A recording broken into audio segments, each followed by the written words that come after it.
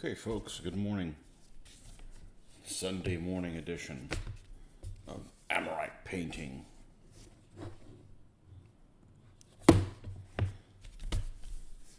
Well, to recap what we have 9 stands of this army complete now.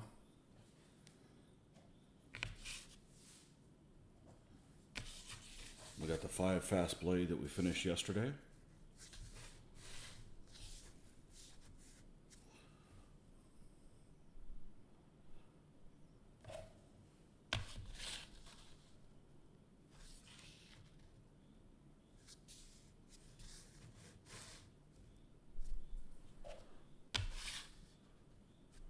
And the 2 fast auxilia. And the 2 Soloy. Skirmishers. I gotta remember there. Skirmishers. Dirk, right off the bat.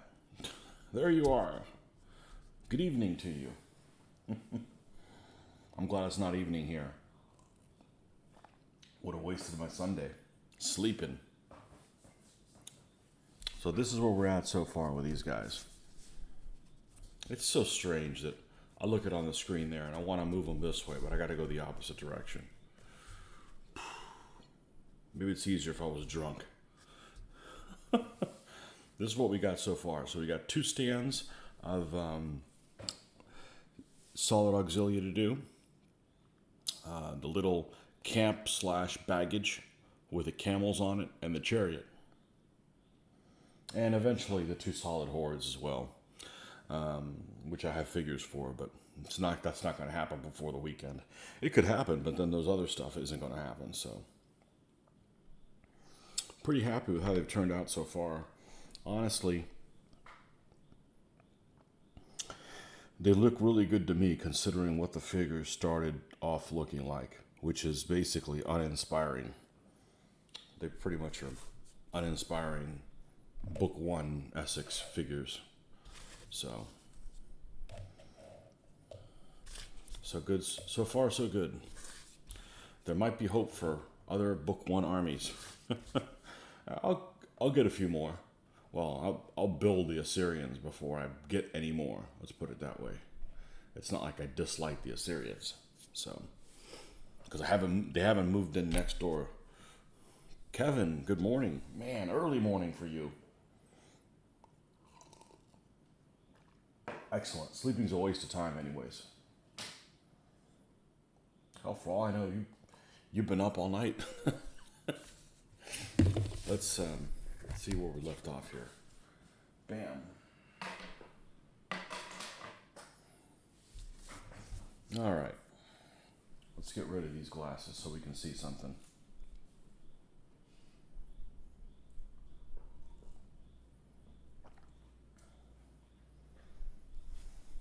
This is in the wrong place.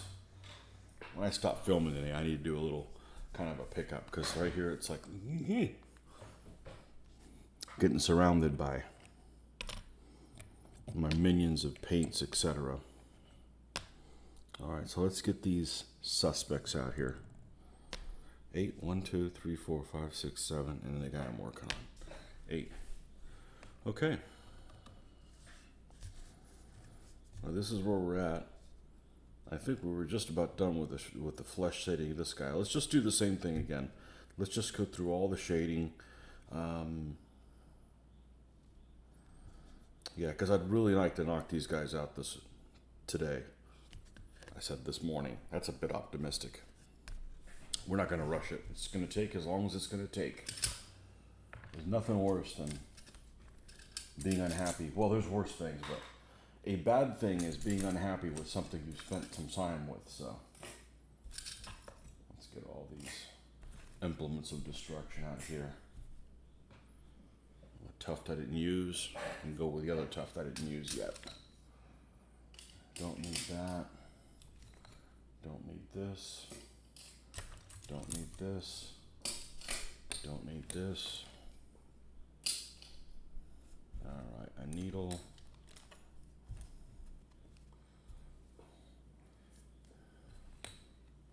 Man, I got needles everywhere. Well, I only have two. I'm just being an amateur drug user.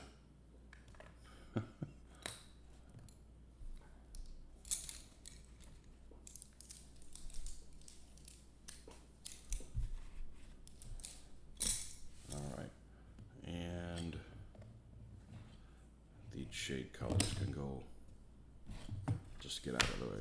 Alright, now we should be able to operate. Any overly large figures in your army?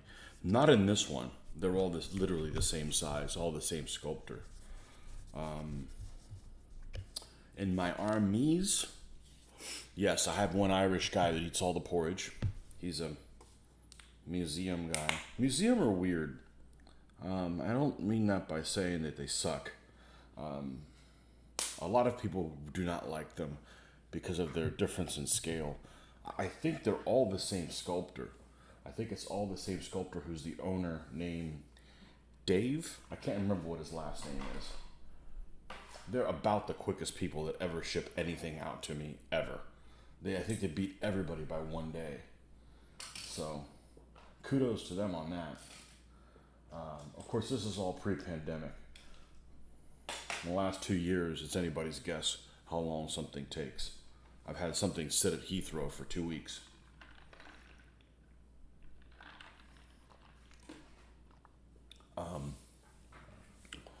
But it's the same sculptor. Some of his figures, like some of his medieval foot, are really, really, really small. Smaller even than the Essex. And some guys are just mammoth, all over the place. I don't know why. But I've got an Irish guy in the army, and he's a pretty big sculpt. Bible claims Amorite had giants. Wasn't Goliath an Amorite? I have no idea. You're on your own with the Old Testament. I don't know. But it could have been that the Hebrews were small. People exaggerate something. If you want to believe there are some people 9 feet tall, go right ahead. I think things are just exaggerated,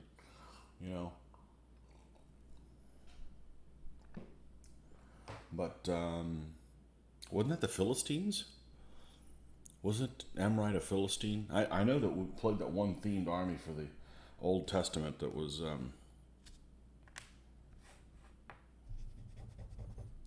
that Don Harding put on, and there was a figure for Goliath. There was a stand for Goliath, and it was in the Philistine army. So I don't know. Depends if they had their desert nomadic gear on, or they had remember the little tuft helmets that the Philistines wore. Those little, almost like what was those things that? Oh man, I can't remember right now. Those rap guys used to wear in the late 80s, early 90s, where they had the side of their heads were vertical. A little hat like that. A very distinctly Philistine helmet. You got me talking about rap in the Old Testament. What else do I know nothing about I should get involved in? Basket weaving. Good morning, studio. I saw your video came up. We'll check it out today. Later on the Lombards, right? Yeah.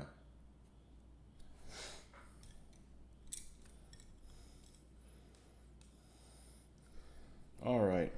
Let's get back to doing the skin tones here. Do we have any of this red leather that's alive?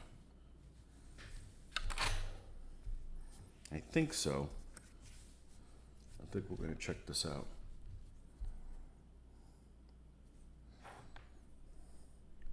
Rap in the Old Testament. Never know what we're going to talk about here.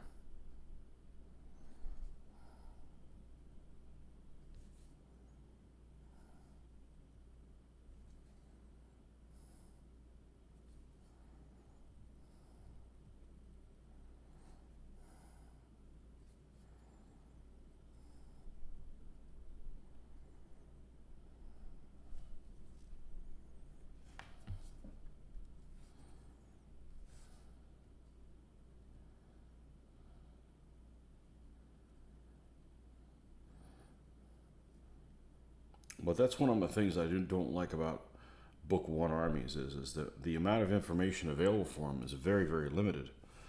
And a lot of it is limited to, you know, like steles or mosaics or something that very little things that like the Egyptians left, or, you know, accounts in the Old Testament. So there's not a whole lot of source material there. And of course, accounts on the Old Testament aren't going to give you like what they were wearing, because that's important. That's irrelevant. You know, that kind of detail wouldn't be, you know, included on there. You know.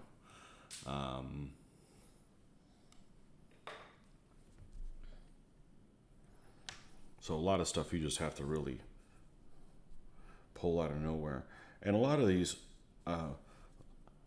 the things that happen in the Bible, if you look for like pictures of say Amorites or things like that, what happens is you get a lot of pictures of stained glass and depictions from pre-Renaissance time or even Renaissance times that are done by artists of the time, but they're all wearing contemporary gear.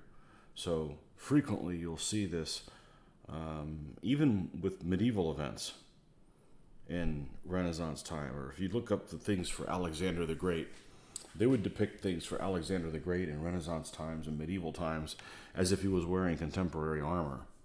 You know, so you just have to throw, you know, you gotta kind of know what you're looking for before you just say, oh, they look just like Alexander's army. You know, you kind of have to know what kind of an answer you're looking for before you ask the question. You know, I mean, the internet is great, but there's a lot of wrong information on there. So you need to be able to sort through and go, well, I mean, I guess you could paint the Amorites with Macedonian army if you really wanted to, but you know, I wouldn't recommend it. Might as well just paint a Macedonian army at that point. But yeah, it's a useful tool, but it's not there. I was looking this morning before I came on briefly. I got a couple of wild cards here in this army left to do, and they both involve the chariot. One of the things about the chariot is I would like for it to have some kind of a banner. It could be small, but I'm thinking like a little like T banner that'll go on the chariot that'll have the depiction of something. So I may put a Amorite god or something like that. Just simple cloth with like a outline in black or something like that. I may do that. So I was looking for Amorite gods, and I might just invent something out of thin air, or I haven't decided whether I'm going to do that, but I want to add a little something to that. And the other thing is the cloths I'm going to use for the horses. You know, the chariot horses here. And I think I've identified what pattern I'm going to use for that. So that's the only two kind of wild cards that I haven't quite figured out how I'm going to do, but it doesn't mean I'm stuck. It's just, you know, and I may end up not doing the banner, but I'll see. I think I'd add a little something to these figures. Because I'll be honest with you, they're a little on the bland side. As are many of these Book One armies, in my opinion.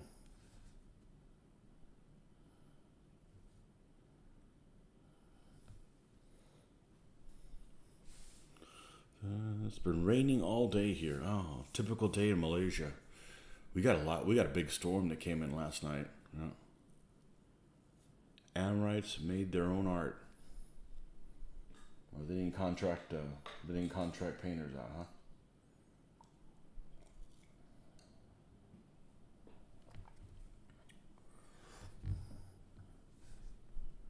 So we'll see. We'll see if we can add a little something to give these guys some personality.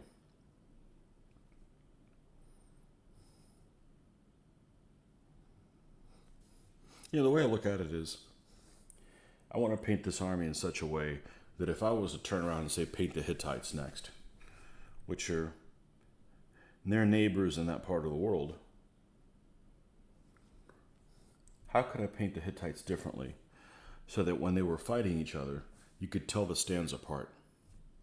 That's the way I look at it, you know? I mean, I don't want to be like, well, we'll paint the Amorites purple and then we'll do the other guy. No, we don't need to go to that extreme. Well, what I'm saying is, you know, what kind of, if I was going to do the Hittites next, how would I paint them differently so that they stand out from them? Regardless of whether or not they looked exactly the same on the battlefield and they wouldn't even be able to tell each other. But I'm just from a gaming standpoint, you need to be able to tell which figures are yours and which ones are the army. So that's kind of how I look at it. That's why I would never paint a generic medieval army. I would do, you know, if I'm going to do a French army and a German one, I want them different so that when they face each other, you could tell them apart, you know. And I don't want to resort to like, well, these guys are based on light sand colored bases and these on dark sand. But that's just kind of that's always been my attitude with putting your own personal spin on how your army's going to look. That's one of the things I consider. You know, maybe they both are similar, but I'll change the palette. I want the color palette for one compared to the other one.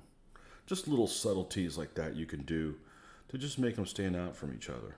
Doesn't mean one of them's got to be like bright, garish colors, you know, but just something. Well, these guys got first dibs because I painted them first.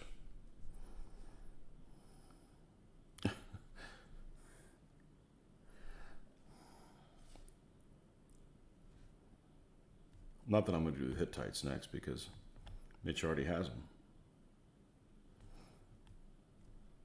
But another book, one army, later Sargonids. I've got all the figures for them. They're all museum and they're all over the place. Their horses are tiny. They look like big dogs. So Scythians were supposed to be colorful. I had a Scythian army and I sold it. I got rid of it. I do not want to play the Scythians in DBA. They don't play right. They don't feel like you're playing a Scythian army.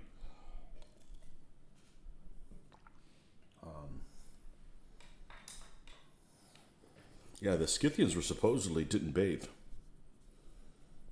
They supposedly, it was part of their religion or something like that. They didn't bathe, so I wouldn't make a good Scythian. I gotta bathe every day, at least once a day, just for morale.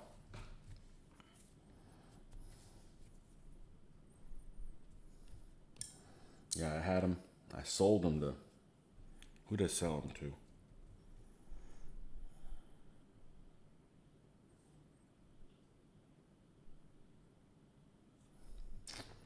I don't remember. Someone in Australia, I think. I don't know if he's done anything with them. But, and as a matter of fact, a lot of the figures were Falcon. They were nice figures. I just didn't want to play them in DBA. I'm like, oh, light horse are going to behave like that? Well, that's not very light horsey. And their aggression 4? Nah. You think the Turks have a bad win record?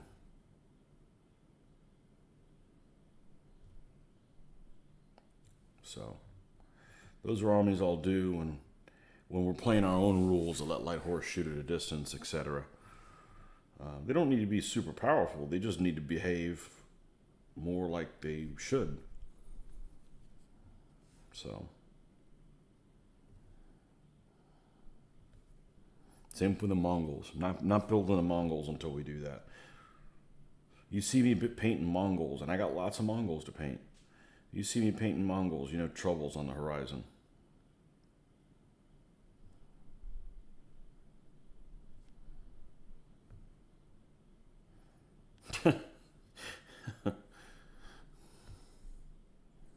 Yeah, I don't want to go there. I don't want to spend a month not putting any videos out and working on rules. That's not my idea of a good time.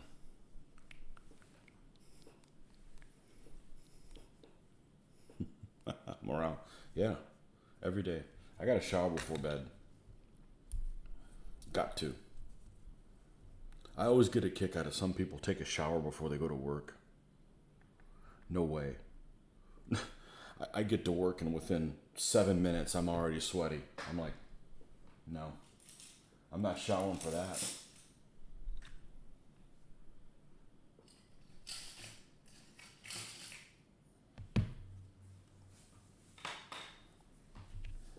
See if we can take some of this stuff out.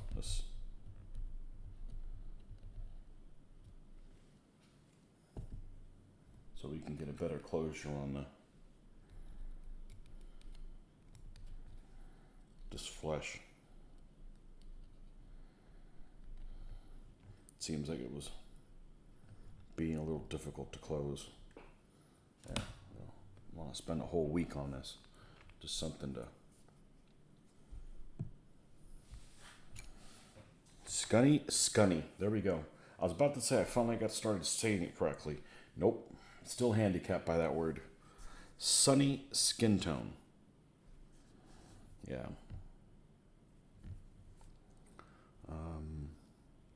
The reason I picked these colors, I had found a mixture.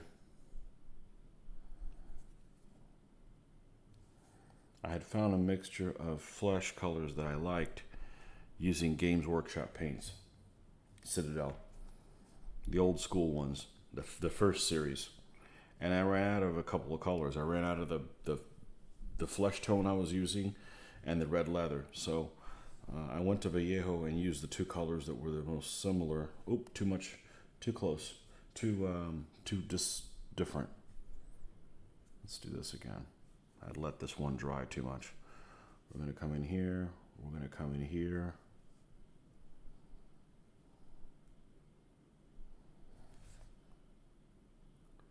There we go. And these were the colors I decided to use for my skin tone mix. Red leather and sunny skin tone. You know, with black and white mixed in at the appropriate time.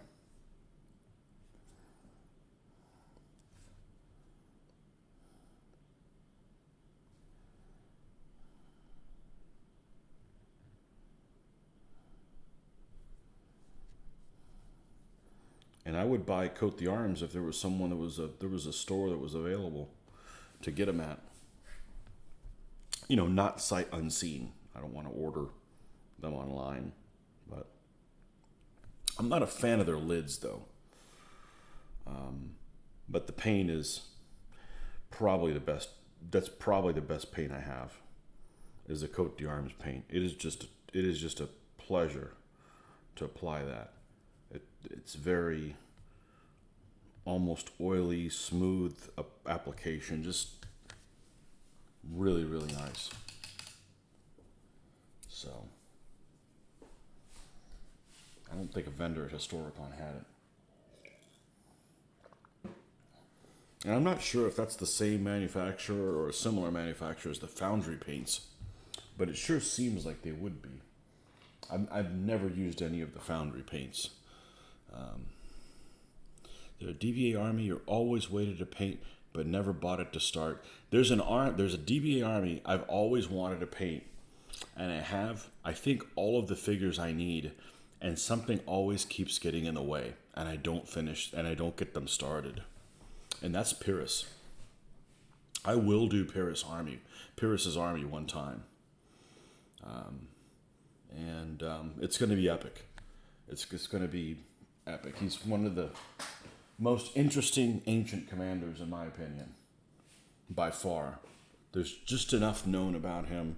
There's just enough known of his battles. And, you know, everybody does Alexander. I would do Paris. So we got the right elephants, we got the right pikemen. We know what the shields look like. I know what I'm going to paint. It just everything always keeps getting in the way. Peeps should probably be careful what they call skin tones these days.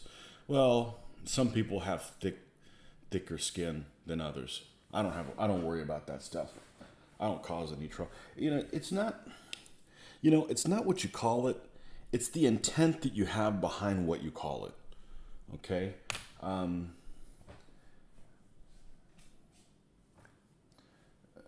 You know, I mean, we're all different skin tones. Okay, who cares, right? I mean, I'm one skin tone, and then I get in the sun all the time, and I become a different one. Some of us tan better than others. It's just a fact of life, As I like to say, you don't get to pick where you're hatched, and you don't pick who your mama is. You should just be proud of wherever the hell you come from, you know. I don't go on the miniatures page anymore, but there was a thread, maybe 10 years that I came across. This guy was obviously a troll.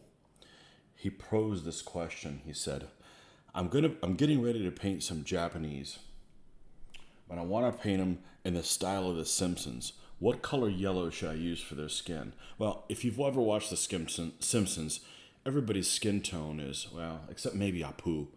I haven't seen it in a long time, but everybody's the same skin tone, and it's damn near this. He was just causing trouble. And the problem with somebody like that is some people took him seriously. The internet is really bad for trying to get getting into confrontations with people, because you can say that to someone, or even in stand-up, in a way you can tell that you're not being serious, But man, that thread went on and on and on. It was just like, just starting trouble for no reason. What color skin tone for the Japanese? And Japanese aren't any yellower than I am,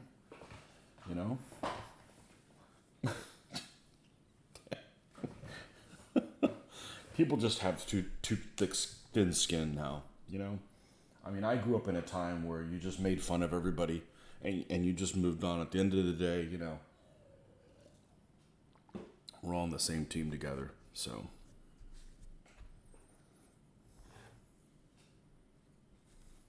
I had one guy relatively recently that we wanted him to play some DBA, and we asked him what kind of army he wanted to use, and he didn't have an idea. So I finally asked him. I said, "Well, what are you?" I said, "What do you mean?" I said, "Well, where do you come from?" I said, "Well, I'm Italian." I said, "Well, paint Romans, play some Romans or whatever."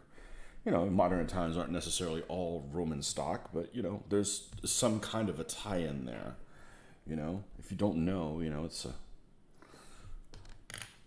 But, yeah. I'm from a different time, so whatever. I don't worry about that stuff. If you want to take my stuff out of context, well, that's your problem. I got no problem sleeping at night. I got no problem sleeping at night.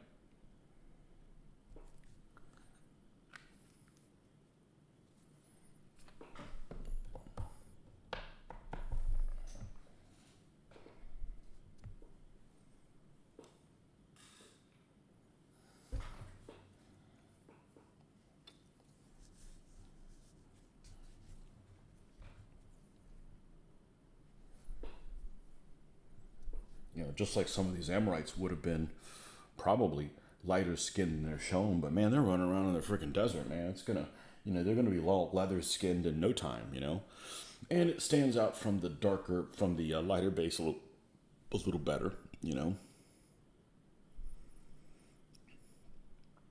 Scythians solved the problem. They apparently painted their faces. There's lots of people that make good looking Scythian models now. When I had my Scythian army, I didn't, Zyston hadn't made theirs, but the Zyston guys, I would imagine, were pretty big. This thing keeps drying out on me.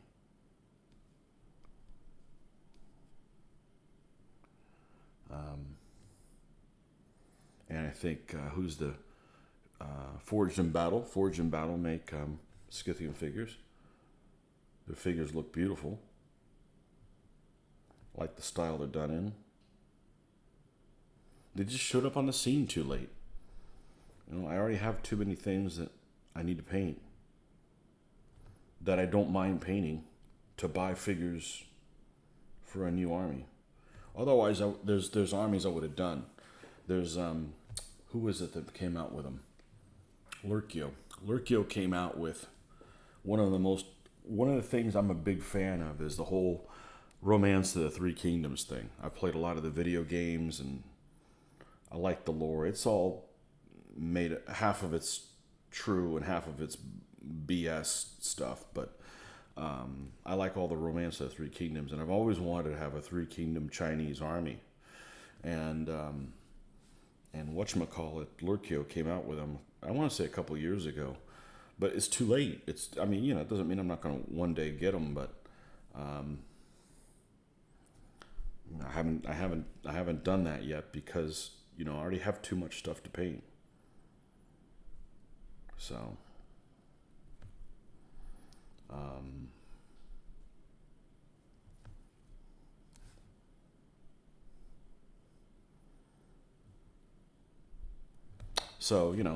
it's not their fault. It is what it is. So, yeah, these guys are two different skin tones. Perfect. Perfect. I like that. Mix them up a little bit.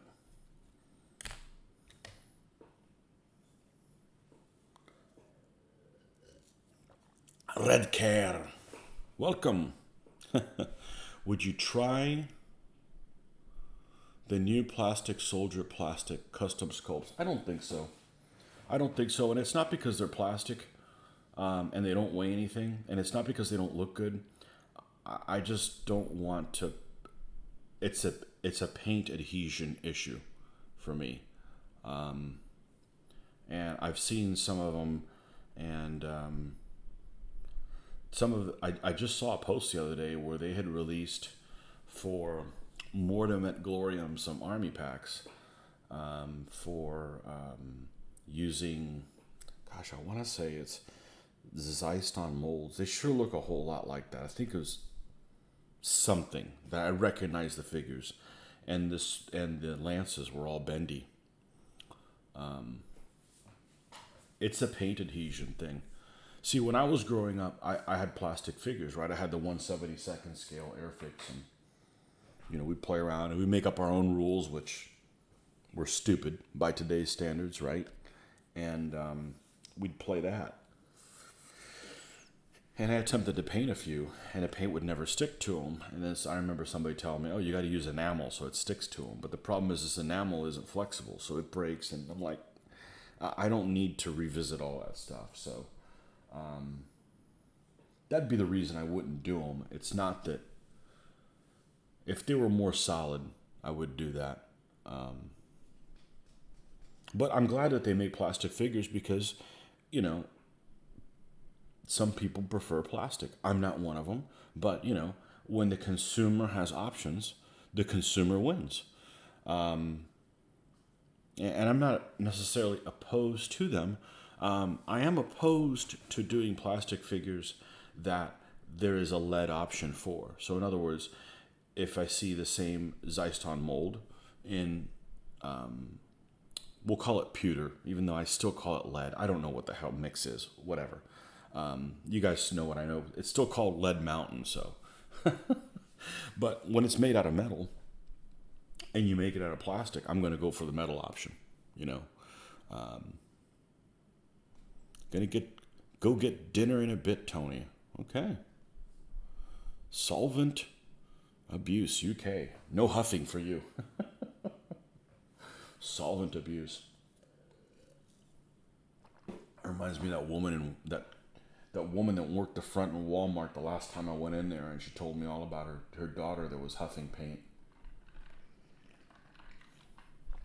I never heard of that as a kid.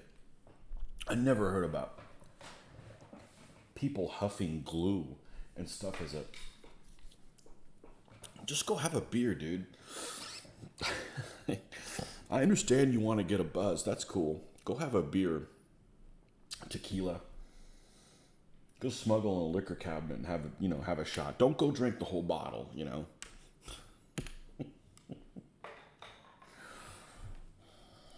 Solvent abuse. Welcome to the land of paint.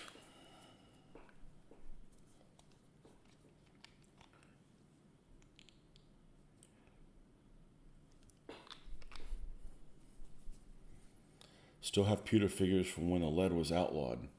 I don't know when that was. Is there still some lead content in them? I remember around 89, 90, 91. We were pretty much exclusively doing GHQ miniatures at that point. We were doing naval gaming, 1/2400 scale. And they switched. And of course the prices went up. But I didn't like how brittle they were, because it was very difficult to bend back and they'd break. And then once I realized, oh, it's actually better because they don't bend back, they don't bend to begin with. I actually prefer the new alloy. And now the new alloy is here. Now I've got lots of older figures which still have the old alloy, because I picked them up at flea market. A lot of these figures, especially my Papal Army, I have a lot of figures that, nobody loves. And I think old figures paint up just fine, but they definitely are bendy. So like the spears that come on them, I just replaced them all. I didn't want to have to deal with, having these figures I was really happy with, and they have a spear that's all bent, and now I've got to make a hard decision instead of just replacing to begin with. So that kind of thing.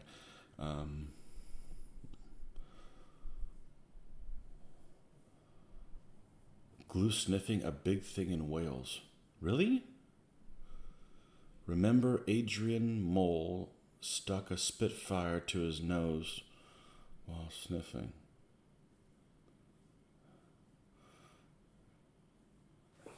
I don't know, it's poison.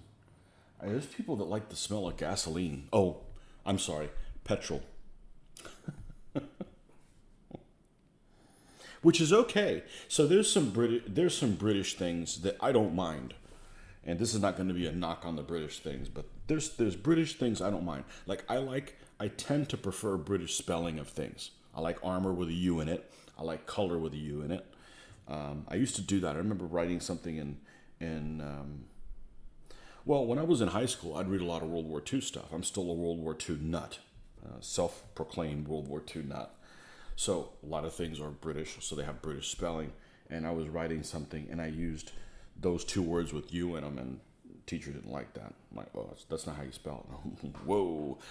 Didn't even get into I prefer gray with an E in it, but anyhow. But some names for some British things are just really strange. Because maybe I'm just not used to them. Well, that's exactly why. But, I'm not going to call the back of a car a boot. It's just not going to go there. But petrol, absolutely. That makes sense. Where's it come from? Petroleum,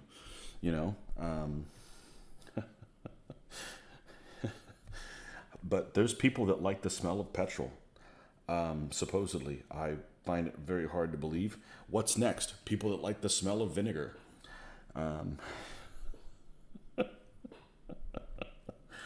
The world is a strange place. Yeah, I don't like the smell of that.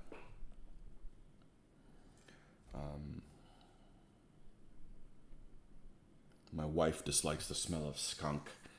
I don't like it, but it's not horrible. It smells like asphalt to me. Something about it. Not that I like the smell of asphalt, but, back to paint. Enjoy your session of painting. Yeah. Well, we could talk about anything, This is just here to just a ramble.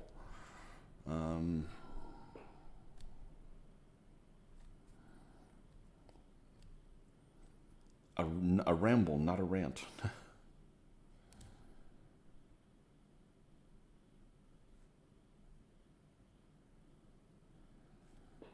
But I don't understand people that cause trouble on the internet. I really don't. I've always, if it allows me, I try to use my real name, and it's not to keep myself honest. Just like I'm not going to say anything that I wouldn't tell you to your face. I'm actually nicer on the internet than to your face, because if you get an internet to your argument with somebody, all you got to do is just sit there and defend your points. And I'm not interested in getting my hobby is not becoming a lawyer or trying to convince something with people. So, but I guess lots of people just think they could just throw stones and run away. But what's the point? I don't really care to interact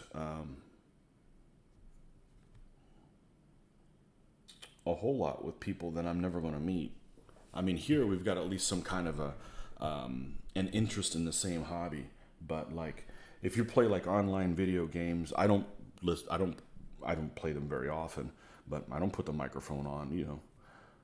Listen to 8-year-old kids spouting off all kinds of stuff. I'm not interested in that. But I guess some people do. Arguing with folks that they're never going to convince and they're never going to meet. Like, what's the point?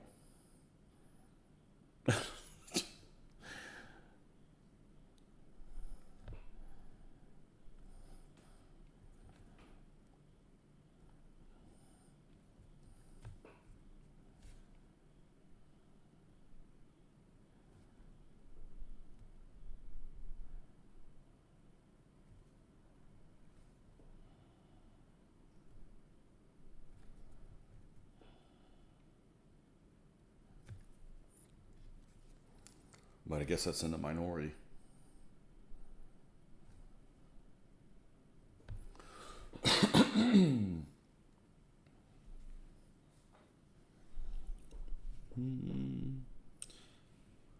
Do they call the gas pedal a petrol pedal? Interesting.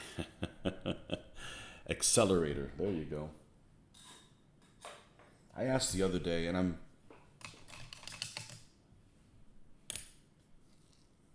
I think I got my answer. But I was always confused. If you've got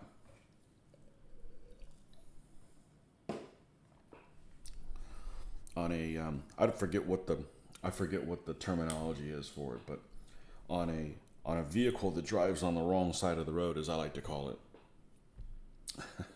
the British vehicle, imperial vehicle, I guess would probably be the correct. I don't know what the correct terminology is, but so you got the thing that throws me off though is like I love driving stick, and having to shift over here. Wow, what a mind screw that would be. But the pedals, I think, are not any different. I think the clutch is still on the left. Because that would be weird if the clutch was on the right. I think I asked that about a month ago, and I got my answer. And I looked at some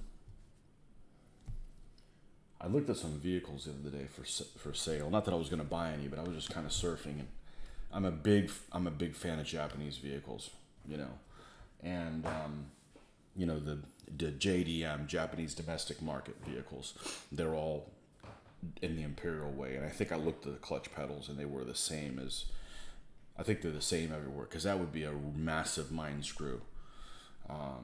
That should be backwards. Why is this review? There was a big... Oh, we can show this. There was a guy on the DBA wall on Facebook, kept giving me shit, so I blocked him. There was a guy recently. There's been guys. I have a couple of friends of mine on Facebook. I tend to keep things pretty similar. I don't post things that are that I would consider myself controversial on Facebook. But the most controversial stuff I do post is I will see somebody that will post something that I agree with, or that's funny and I agree with. And if I don't agree with that, I just leave them alone, right? It's their page. But I've gone to their page and posted something like, give them a thumbs up or elaborated on what it is. And this happened recently. It was somebody that posted something recently, and I agreed with them, and I kind of, gave them a pat on the back.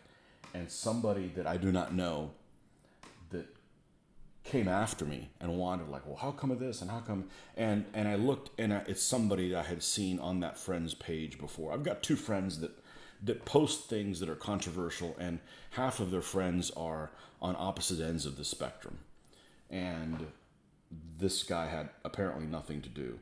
So I forgot that this was a guy who constantly does this. So I go to his page and I see the things that he has on his picture, and I'm like, oh, this is one of those people. And I'm like, I just blocked him. I'm like, I don't have time to convince this guy that, you know, it just, that's the most, yeah, I have no problem blocking people. I'm not going to get in a back and forth with people, you know, especially when you go to somebody's page and you see this guy's just the opposite end of the spectrum of, you know, that you can deal with. So, you know, it's just not worth my time, you know. So I basically use Facebook really to keep this hobby alive, because this is what's important. I think Facebook is great for war gamers to keep in contact with each other, because we're all over the world, you know, to stay motivated. That's what I use it the most for. Not to be like, let me find all the people that think like me and post, you know, stuff, you know. But I don't get into it with people on Facebook. I have no problem blocking people, you know, especially if somebody is, I'm like, oh, you're one of those people. Never mind. There's no hope for you. So, and people are sensitive about different things, you know.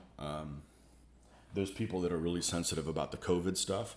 I'm really sensitive about other things.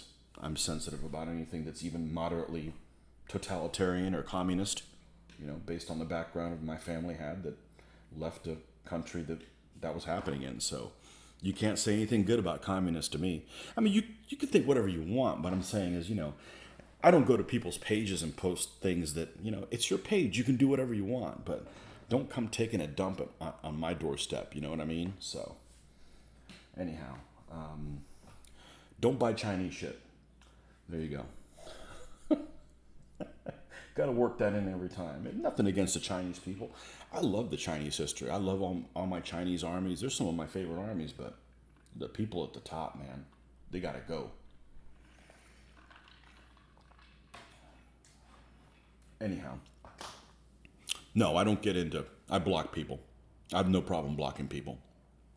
So, have I ever had an argument in a competition, Tony?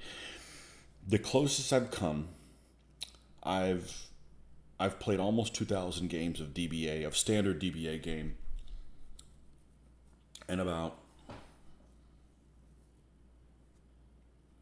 2008, 2009, I was in a tournament. And it was a guy, I'm not going to tell you where he's from, because the people from this country are really nice. And he wasn't really being nasty, but he wanted to do something that just didn't make sense. So I ended up calling the umpire over several times, and our game went to a draw. That's the only drawn game I have on my list. So, and I think that's the only time I've ever played this person. And he wasn't a bad guy. I think he still plays DBA. It just, you know, it was just a difference of opinion. But no, I've never gotten into an argument, because I usually, you know, there's a couple other people that, there's two other people. I mentioned it the other day. I'd rather not ever play them again, just because it's just too much angst and, you know. But I'd say most of the people that I play DBA are really reasonable.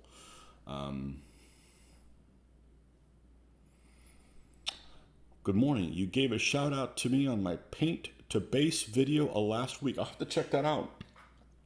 I started watching one where you were doing your Napoleonics and you were basing everybody. You based all your guys and then you sprayed them. And then I had to go do housework or something like that. So I got tracked. Well, I'll have to pick that up. I appreciate it. Yeah, it's interesting. There's several people that I've seen that base their guys first and then do them in black and paint from there. Hey, whatever works for you. If that's what works for you, awesome. I wish I could find a way that would make me happy that I could paint quicker, but I think my secret is just try to paint just about every day. I think if I can do that, we're good. We're good here. But yeah, I don't think that I've had an argument per se in a game. It's so here's the funny thing is that people might find this hard to believe, and I've got some reasons why I think it is the way it is. I'm new to tournament gaming. As I say, that somebody who's been doing it for 18 years, but I've never played a tournament game that isn't DBA, ever. Never did it. The appeal of DBA for me isn't the tournament per se. It's that I get to use my own figures in every game. In other words, I get to use the figures that I created for a game every time I play. And so do other people. So there's your incentive to build other armies. Because if I supply everything for a game, it's a huge commitment, which is what I used to do before. It's a huge commitment. And then I've got to worry about people being ham-fisted with my figures and grabbing them and bending things. And then I'm like, man, should I say something to them? And you get DBA eliminates that. You're moving your own figures all the time. You're very close to them. You don't have to move a ton of them, so you're not like in a hurry to move them across the base because you're across the table because you're holding up the game. It doesn't have all those things, but it is technically more competitive than a regular game. But so here's the thing. I have actually found that the people that you play DBA game is a much friendlier game than any other game. And there may be a couple of reasons for that. I have played big sword in the flame games and other games where there's multiple people and they come on the board and you come on board 3, and so you're sitting around waiting for frickin' 3 hours for your guys to come on, and you need to finally get to roll a 5 or 6. I come on and you blow that roll. Your whole team's upset with you. You're upset with them because they've gotten to play and you haven't showed up on the screen yet, on the table yet. And then when you do, you go into your first combat and you do poorly and you're like, you don't want to play this game anymore. Of course, you've been sitting around not doing anything. And then when it's the one time you get to do something, you're getting screwed. I get it. DBA doesn't have that, okay? The loser is rolling just as many dice as the winner. He's involved in the battles just as much as the other guy. Yes, it's competitive, but the important thing is that you're having fun. And you have more fun when you lose a DBA game than you are when you're just playing another standard game. Plus, you don't have to reach across a table, so you're not like, well, I'm not in poor health, okay? But I don't enjoy, stretching out, 50 times across a long table where you can't even see your figures. I've done all that stuff before. That's why when I found this in 2004, I'm like, oh, I like this. I like this game. Even though it's not my period. This is not what I'm traditionally attracted to, is this period. It is now because I'm like, oh, well, now I get to read about all kinds of other history, not just the stuff that happened in the early 20th century that, I was running out of material for, So, yeah, I think the experience with this is much better than any other game I've ever played. And I say that very strange because, some people, I've got one guy in particular that I know, he says, I don't like to play tournaments. I said, well, they're tournaments, but they aren't. I mean, what do you win? You win like a little, I call them plaques, but not even a plaque. Like I make these little awards, just a memento. You put them, you could see some of them back here on the wall. I mean, I don't put them up there for, to feel good about myself. I put them up there so, I can, I can remember the experience that I had playing with other folks, it's not the, I'm like, oh, I'm all that in a bag of chips, it's, I'm actually more excited about my painting accomplishments than my gaming accomplishments. Anybody can play a game, and that's just, there's die rolls and stuff. I know I posted a picture of my stuff one time. The guy kind of pissed me off. I think I posted it on something because I'm proud of my work area because it's very, it's not elaborate. I mean, I've seen other people's painting areas that are just huge. And I don't do it to say, hey, look at all these awards. The guy's like, oh, it's your ego wall. And I'm like, what? I mean, well, I don't say that when somebody's got some freaking award from bowling or, from high school football. It's just something to remember, the places I've been and the people I've enjoyed playing games with. But I think it's a lot better than anything I've ever experienced before, which I am extremely hesitant to do games that aren't this or this scale of game. So spray paint is quick, yeah. For 1100 French line infantry, I need throughput.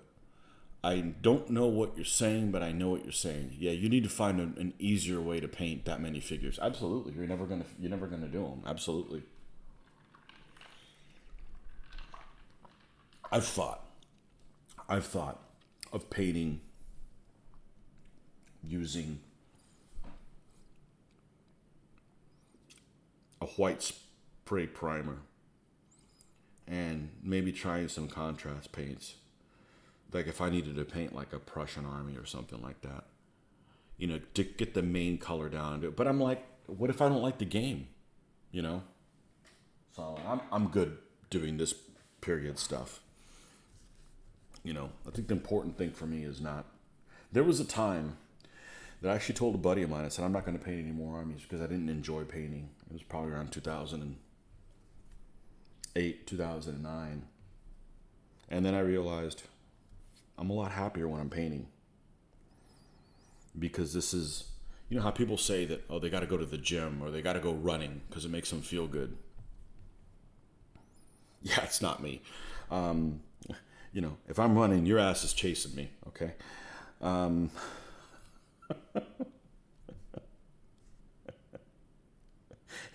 I'm out of ammo. But, it was, that's what it is for me. It's therapy. And I don't mean that from a standpoint that I'm a crazy person that's going to explode, but we all need stress relief to some degree or another, and this does it for me. This is my way of being creative. This is my world where nothing goes wrong. I mean, really, I make mistakes. You've seen them on here. I can fix them. I can fix anything that happens here,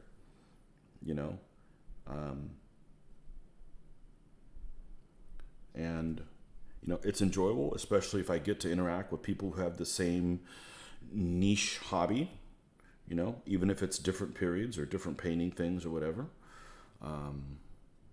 This is what I enjoy to do.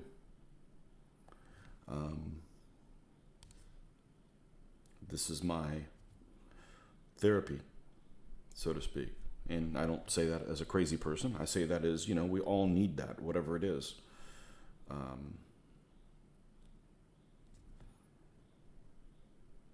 Gaming is and isn't. I have done a fair amount of computer and console gaming, and I can tell you there's times when I went in and came back a different person, and the person I came out of was worse than the person I came in at. You're playing some game and you die or don't do it, you can't get past something. That's a pain in the ass. I'm not interested in that. That's too much like work, and I'm not being paid, Yeah.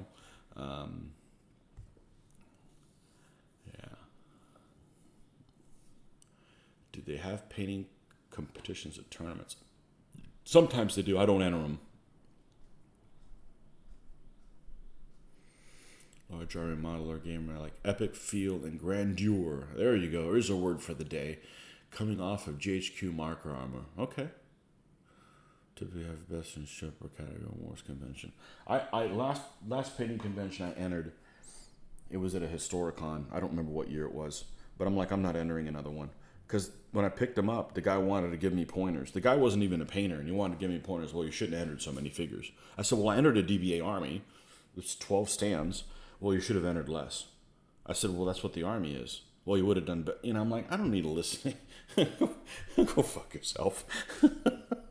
I'm like, I don't need your $20. That's the only reason I did it. I'm like, okay, I don't really want to buy anything, but maybe I can get $20 or something. I'm like, it's not worth it. And then I'm stressed about having to pick them up at a certain time, or it isn't worth it. You know, I don't care if people like my stuff. I mean, it's cool that they do, but I gotta be happy with it. You know, that's all that's important to me.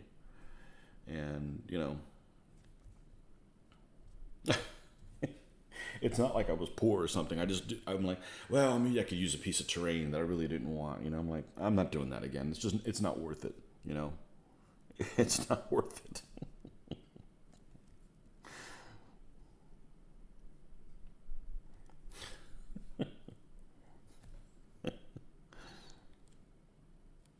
Because there'll be people that enter it and they'll be like, you know, like you obviously don't game with this. It's too nice, and it's not to say that there's things that have won that aren't very good. They're very good. There's very good painters in there. They're just like, you know, some things that were obviously done for the painting competition, not necessarily for the gameplay. And there are some categories that are specifically for, you know, static model or stuff like that. But it isn't worth it. It isn't worth it. It was just my way of like, well, maybe I can get a free piece of terrain or something like that. But not that, you know, I'm the best painter in the world. There's always going to be somebody who's a best painter than you. What's really cool, and I'll admit to this, there's several people that I think are astounding painters, and when you get a compliment from them, it's really not. You know you're on. You know you did a good job. You know when you get a thumbs up from them. You know, people that you really admire. So admire their painting thing. I don't know. They might be a rotten person in real life, but let's hope not. Let's hope not. They're not a rotten person in real life, but you know they're really good at what they do.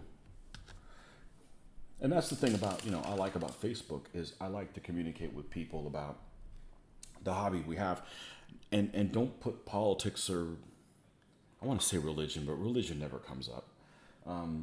I don't care how you feel about the world. I care about, you know, the interest that we have in common. Once you start telling me how you feel about the world, and you're on the other end of how I feel about things, I'm like, I don't want to know, you know, it's like, it's just better not to know, you know. It's not important. There's so few of us that do this hobby to begin with, you know. Mr. Carter, welcome.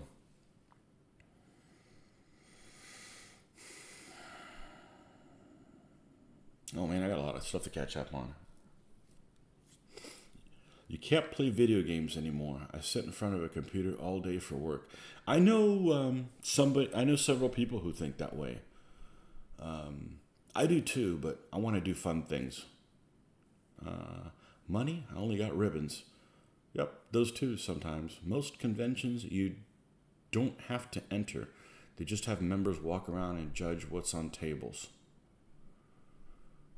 Boy, that's the way 40K tournaments I've been in. Never played 40K. I've seen people that play 40K. I don't want to play games with them. I'll be honest with you, most gamers I don't want to play games with. You've seen my videos. You've seen what kind of a camaraderie we have. If you have that camaraderie in a game, absolutely. But if it's like bickering, and I don't want any part of that. I don't want any part of that. That's not me. You know.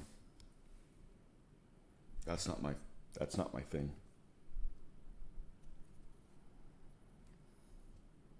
I've been in game groups where there's one particular person that always went after somebody else. So they're like, if Frank and Joe were playing, Frank's always trying to kill Joe, no matter what. I'm like, really? Come on, man.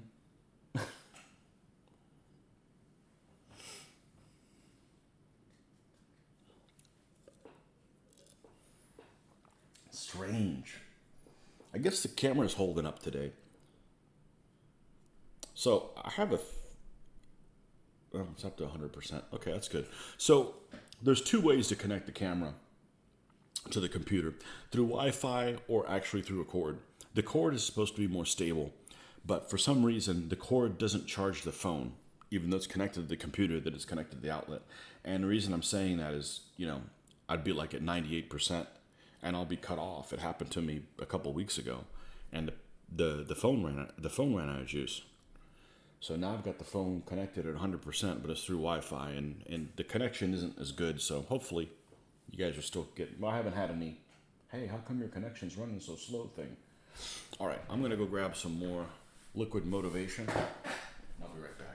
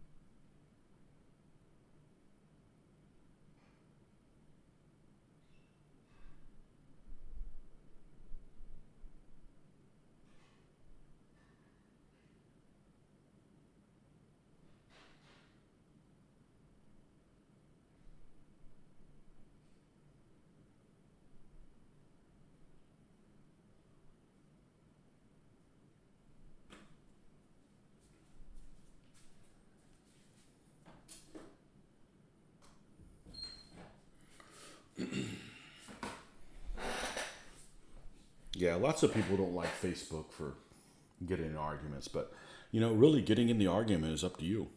All you got to do is just not get into it, not get baited by people, Block folks. You don't have to go back and forth.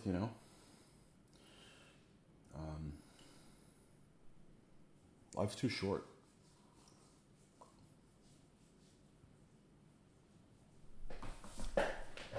Life's too short.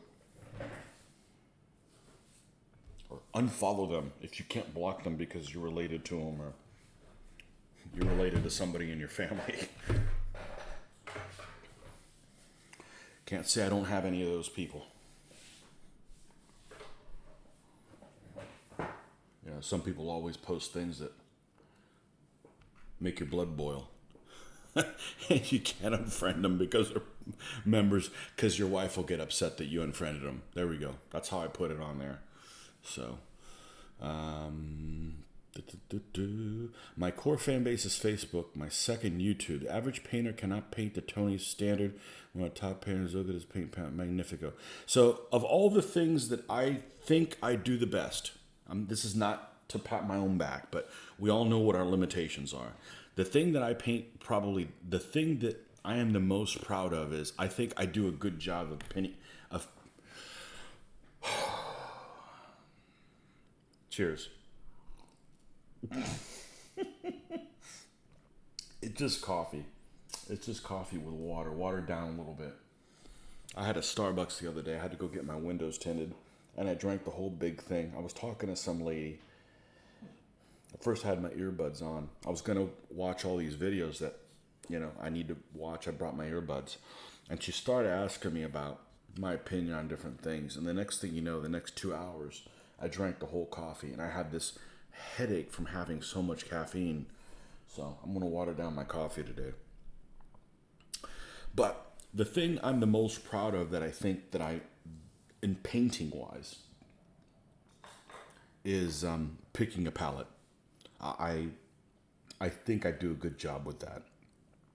And there's other painters I think that are excellent painters, but their palette doesn't appeal to me. They're either too bright or I think that's, I enjoy doing that. So thank you.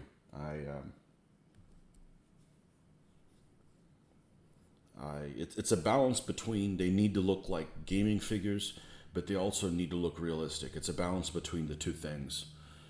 And I've had people at conventions say, man, your figures are really dark. I said, no, we're just not playing in the conditions that I'm playing in. Even when I take pictures of them here, I struggle with taking good picture. But if you play in this light, this is like playing outside. That's what they're painted to look towards. So, yeah.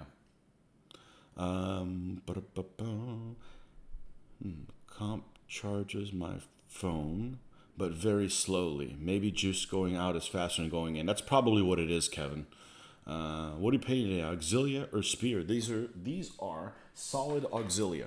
It's 2 stands, 8 figures of these solid auxilia. These are actually the figures that made me. Let's see if we can get closer here. There we go. And let's put it on something that doesn't bounce all over the place. Where's Whitey? Whitey disappear? Whitey's my little foam that I put things on.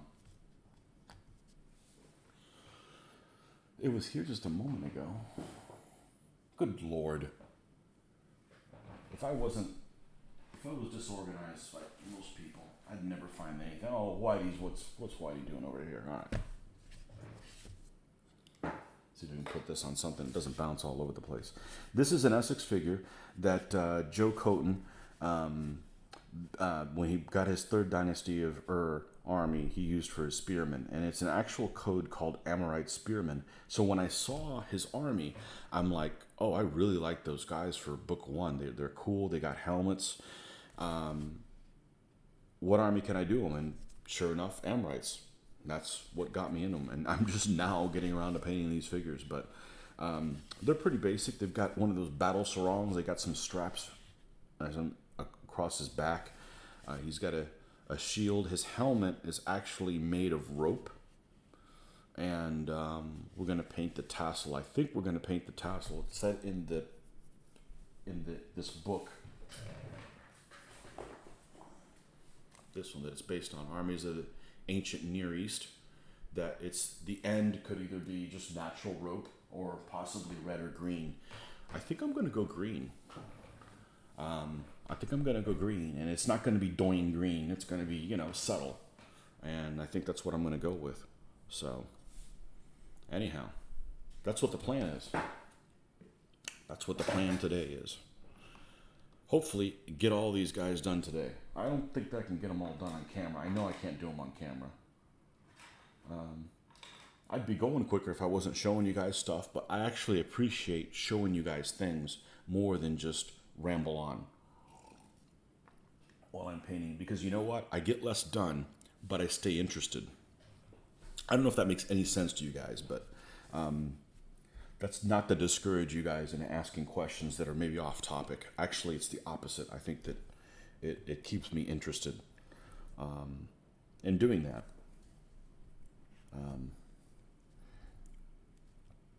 So, thank you for interacting with me. It's much appreciated. I am a terrible. Now that I said what I'm good at, I'm going to tell you what I'm terrible at. Multitasking. I'm the worst multitasker. And I'm okay with it because I don't want to be a good multitasker. Because lots of people that are good multitaskers don't do a good job while they're multitasking. So, it's like I did this job and this thing and this thing and this thing and this thing. Yeah, but you did 3 of them wrong. I admit I can't do it. I'm no good at it. I don't want to be good at it. But a lot of it is training. I had a buddy of mine, as I like to call the original Mitch. I've known him since I was 15 years old, or 16, something like that. He's a year older than me, and he used to come over to my house and paint when I lived alone. Not that he wouldn't be able to do that now. He just doesn't live in town. I totally could have a paint night. Absolutely, it's a pretty calming experience. But we had a room, which this could be the paint room, and we had a long table, and he would leave his paints, and we'd have one thing that we would share. This is in the mid '90s when we were doing World War II stuff, and he would come over and paint every week for. I think he did it for a couple of years. And then I tried to get another buddy to do it as well. He came pretty frequently, but maybe every other week. So I got used to interacting with another person while I was painting. I got used to that. It was a social experience to paint, not just sit in a corner by yourself and have nothing but your thoughts. So I enjoy this thing we're doing now a lot. It's not the same because we can't go back and forth here face to face, but I appreciate that's why I enjoy the back and forth more than just my monologue about what I want to talk about. So I got used to multitasking light, so to speak, when it comes to painting. This is pretty mindless. I mean, there's some times where you have to think about like, all right, how am I going to do this shield or something like that? Or you don't want to be interrupted. But once you go to do it, you're good. This is all mindless stuff.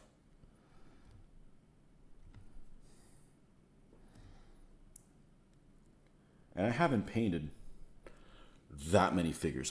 But I haven't painted that many figures compared to a lot of people. But I have painted that many hours.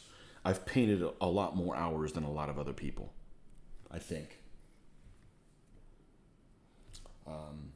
Just DBA alone, I figure I'd spend, I'm totally guessing, 300 hours an army, and I got 30 armies, 35 armies, plus all the World War II, the ships and tanks I've ever painted. I've painted a lot.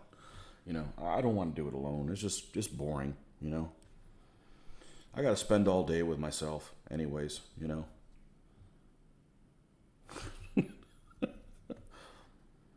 But I do love figuring out the paint palette. There's some painters. I don't know if they do it anymore. In Hong Kong,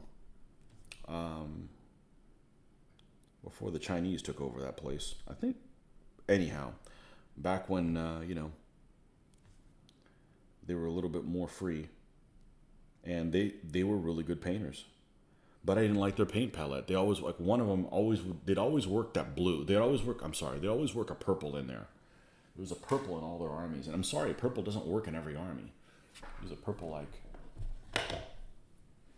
this. Some of the troops would always be purple. It didn't matter whether they were Romans and I'm like, they did a good job. I just don't think that they picked a good paint palette, in my opinion,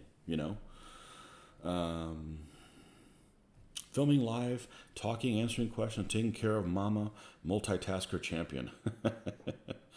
Because of fantasy football, I have to watch like 6 games simultaneously. Does that qualify as multitasking? Are you watching them well? Fantasy football.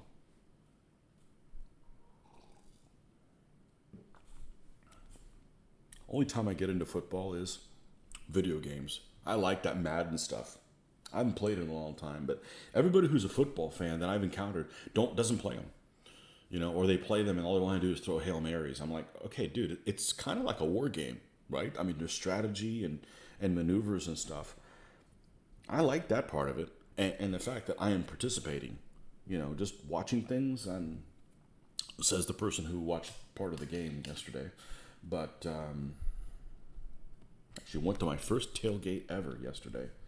That was pretty cool. Living in a college football town, it's my first tailgate at 50 years old. Good morning, Scott Gregory. I don't like sports fans that yell at the TV because they're like gamers that are poor sports,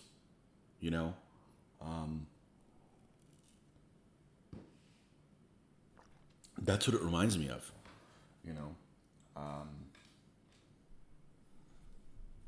and they're always up to like, well, we got cheated because of the.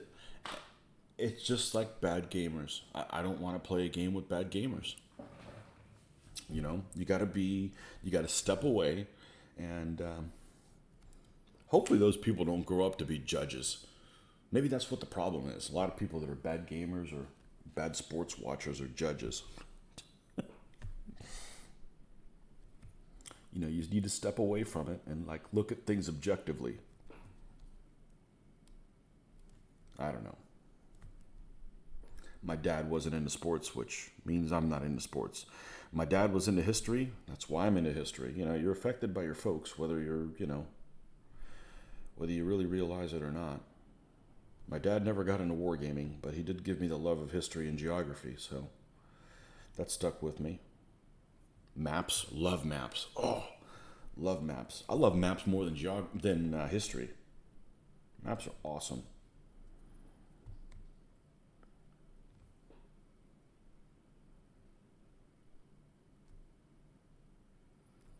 I'm that person that we're going to go to on some trip somewhere. Yeah, I'll enter it on Waze. Keep an eye on those cops, you know. Keep an eye on when there's stuff in the road. But I don't let it pick which way we go. I look on it and I'm like, okay, show me the overall view. No, we're not going on that road. That's stupid. Go this way and the other one. Okay, now we can go. And then I leave it on, for traffic issues or, if there's some kind of an accident and it wants to divert you from there. But I don't just blindly go wherever some machine takes me, because I'm still old school. I still used to, I had the maps in front of me, and before we had cell phones, never got lost.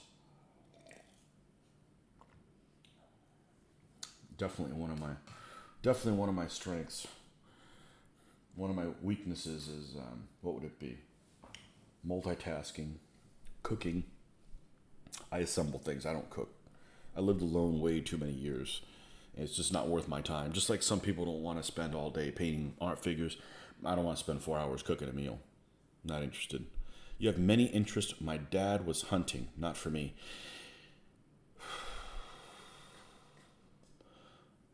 I could hunt, but it's not legal what I want to hunt. Like child molesters, we could hunt child molesters. That'd be okay. I mean, they legitimately have to be guilty. Okay, you can't just be, arbitrarily, hunting people down. But I don't want to kill a beautiful animal just because it's there. I mean, when there's no more ham in the grocery store, okay, but I eat all my vegetables. We can just get vegetables.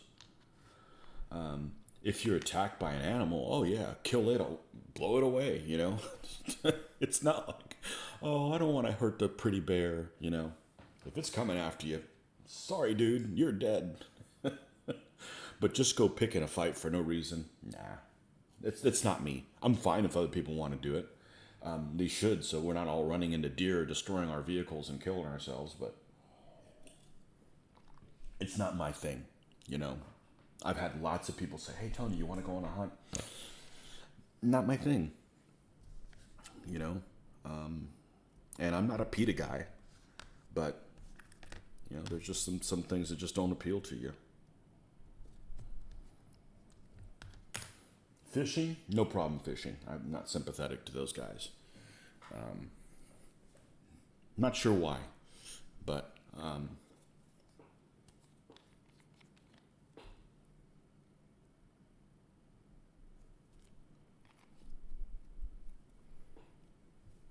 I like animals, and I don't have any pets.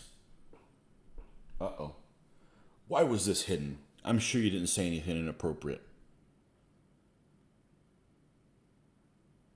Show. There's absolutely nothing wrong with what you said. Trophy hunting is shit. I agree. Hunting for food and animal control is fine, and later actually need. Does anybody still do trophy hunting? I don't know.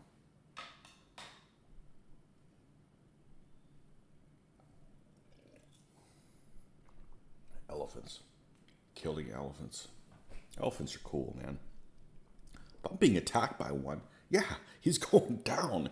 But I'm going to be like, ooh, elephant over there, cool, I'll be over here. I'm like, he comes and finds you. It's going to be really hard for an elephant to get to me. I'm just saying, even without zoos and stuff. What did I see the other day that I was sad that it was in a cage? Birds. I think it's sad to put parrots in a cage. They live as long as people. Oh shit, I'm turning into a hippie. Oh crap, drink. Like I said, think of things objectively, You need to be objective and step away from things.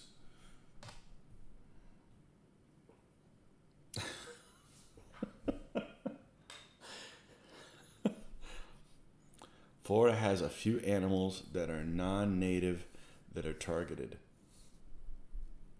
Sadly, yes. Under the guise of they pay big bucks for animal sanctuaries for animal control. Yeah. So I was coming back from, we got pumas, mountain lions. They're endangered. Florida panther. I saw one. in a place where it wasn't supposed to be a couple of years ago at night. It moved like a cat, and it's too big to be a cat. And that was creepy. Of course, they say those things will get you before you even know they're there. But if I'm being attacked by a creature, I don't give a shit if it's the last of its kind. I'm going to try to stop it from killing me any way possible. Okay? And worry about the repercussions later. But fortunately, I'm never traipsing around in the woods and stuff like that. Lots of people scared of snakes. Snakes don't bother me. I don't want to fall into a pit of them because, that's a lot of snakes. But I don't find them gross or anything.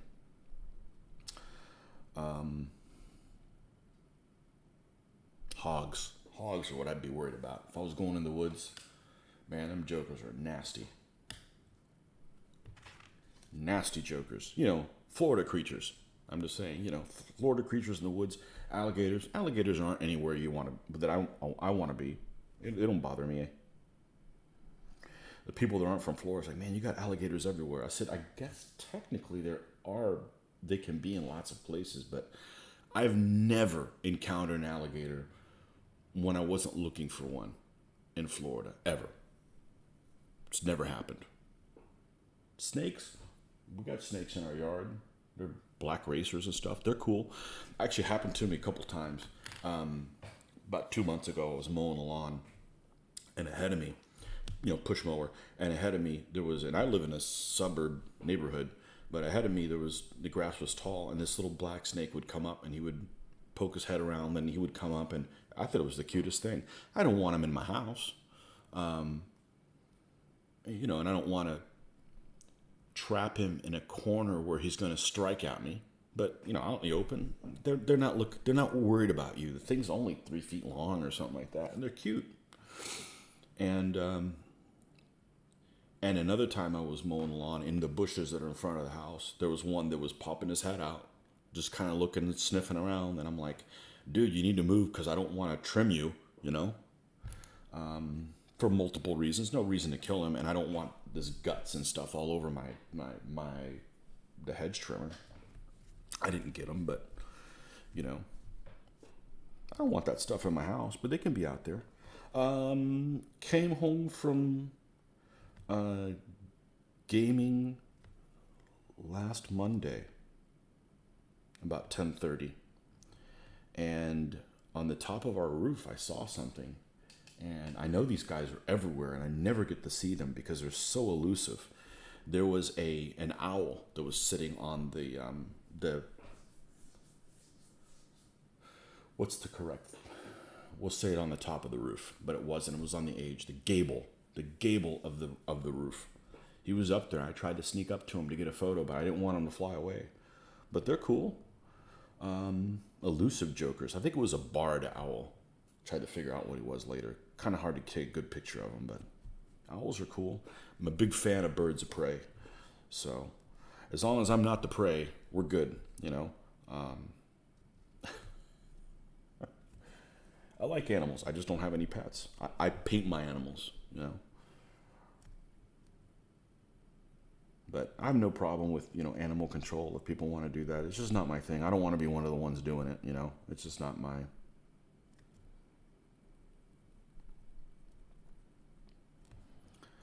thing. But hunting for just to hunt, it's not me.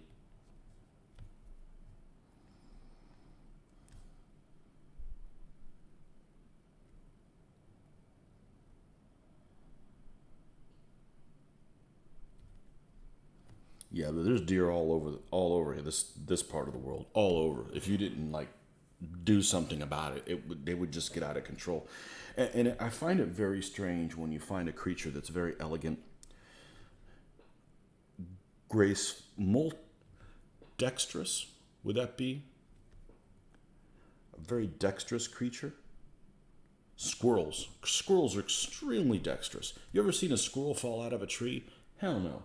They'll be on a tree and it's swaying this way, and they'll jump 30 feet to another tree. It's also swaying this way, and they'll never miss, right? Or they run in front of a car and they change their mind and forgot to left something on the stove and run back over underneath it and you run them over. Doesn't happen that often, but you know, they're like on meth all the time, you know. So again, not a well-rounded crew, specialized, very specialized too. Lots of dexterity, not a lot of common sense. Deer the same way, you know.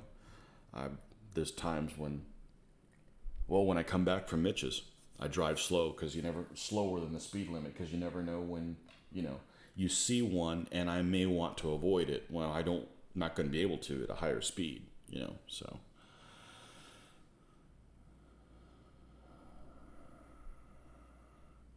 Sad on news today that monarchs going to pass through here on way to California. I do not know what that means. What, like the monarchs of England or monarch butterflies or... My cool hound believes all squirrels are plagues to be eradicated. He has yet to catch one. Yeah, they're extremely... They're trouble. Man, those little bastards are trouble. We used to have a bird feeder when I was growing up in the house. And it was, what did we do? I got to make sure I get these in the right order. We had it strung between two trees, right? So you'd see the squirrels, they would come up and they would go across the wire and they would get all the seed. And of course, when the squirrel gets on the seed, the house goes like this and all the seed falls on the ground and they eat it off the ground. So then they put it on a pole and they got up there. Then they greased the pole and then they would go up the pole and they would slide. They'd go up and slide, go up and slide. And eventually they would wear off the grease and they would be able to get up there. They finally just gave up and just called it feeding the squirrels, you know. But they're sitting around. They're like delinquents. They're sitting around with nothing to do, causing trouble, you know. They need to get a job. They need to get like an 8 to 5 job, and by the time they got home, they would be too worn out to cause any trouble. They're like little delinquents.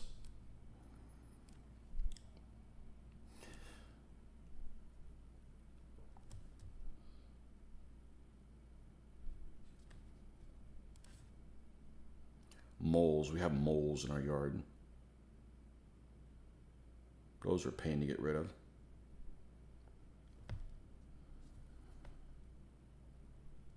That's why you don't mess with the birds of prey. Maybe they'll, you know, find a liking to them and eat them.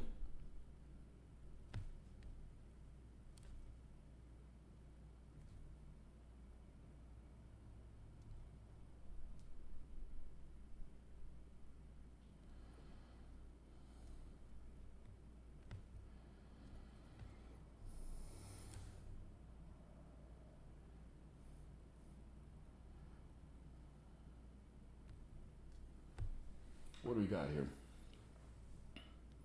Butterflies. Okay. Butterflies are cool. They pass through here on the way to where? On the way to California. That's because they don't have to pay the taxes there. If they did, they wouldn't go there. And they're not affected by earthquakes, right? If you're a butterfly and there's an earthquake, who cares? You only got 3 days to live. Is that right? They live a really short time.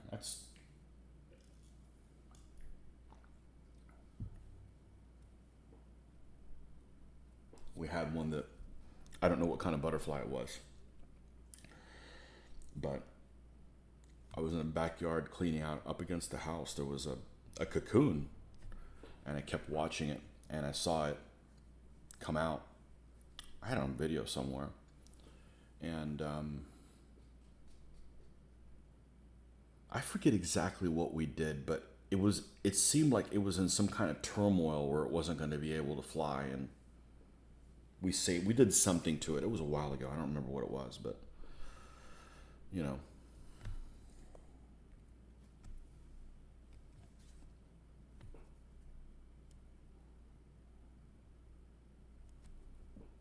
Turtles, big fan of turtles. I've pulled over and got them off the road before. If it's safe to do so, you know. Never seen turtles hatch at the beach. Would love to. Absolutely would love to. I'd be on patrol. So seagulls ain't eating any of those on my watch. Nope. Turtles are cool.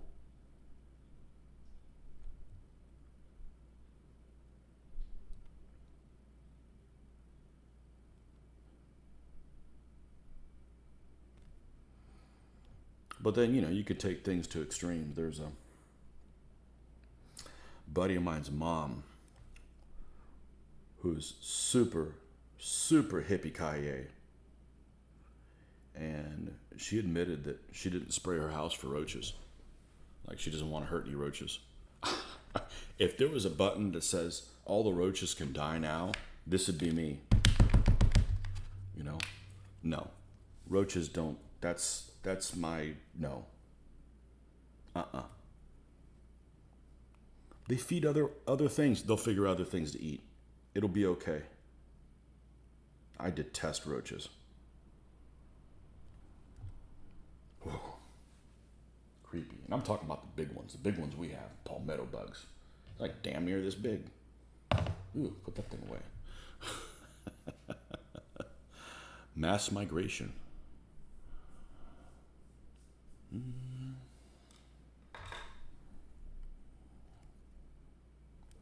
You painting 7 Years War?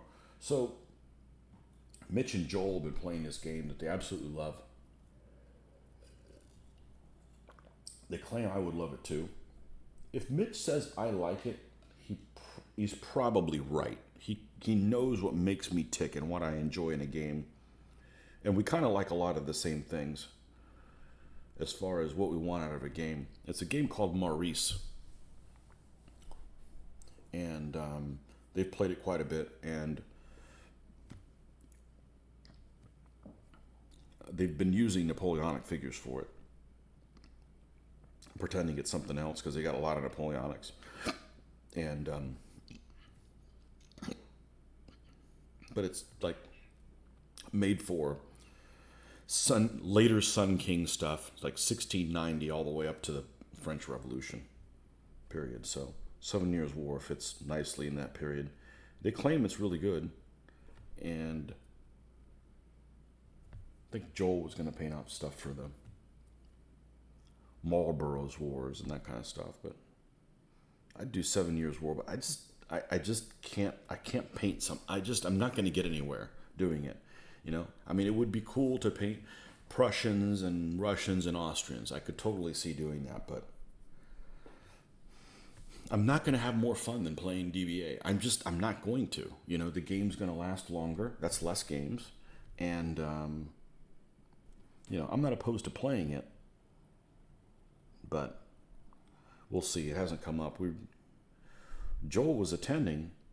You guys have seen him on videos before. He was attending games during normal hours, and then he's like, well, he didn't want to drive back at night. He moved to Florida from Illinois. He retired, but he moved about an hour away in the middle of the forest,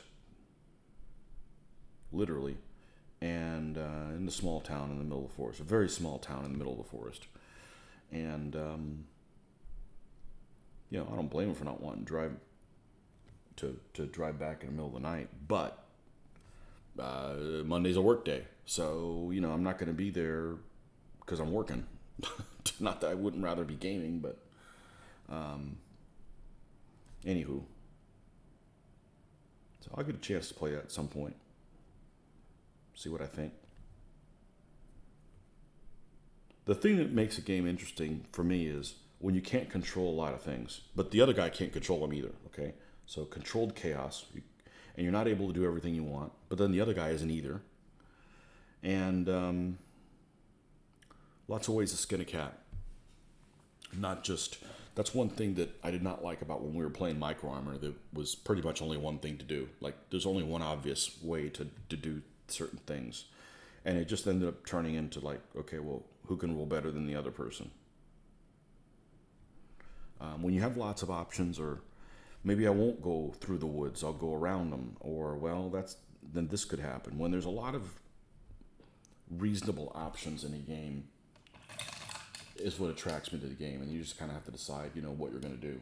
But if the whole game just turns into basically there's only one reasonable thing to do, then I'm not interested in roaches will rule after we blow ourselves up. Well, it hadn't happened yet, so Sam Mustafa's rules, Blucher and Maurice. Yeah, they like Maurice.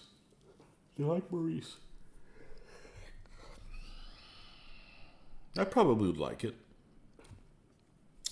The problem is, the appeal for me to getting into 7 Years' War is it'll force me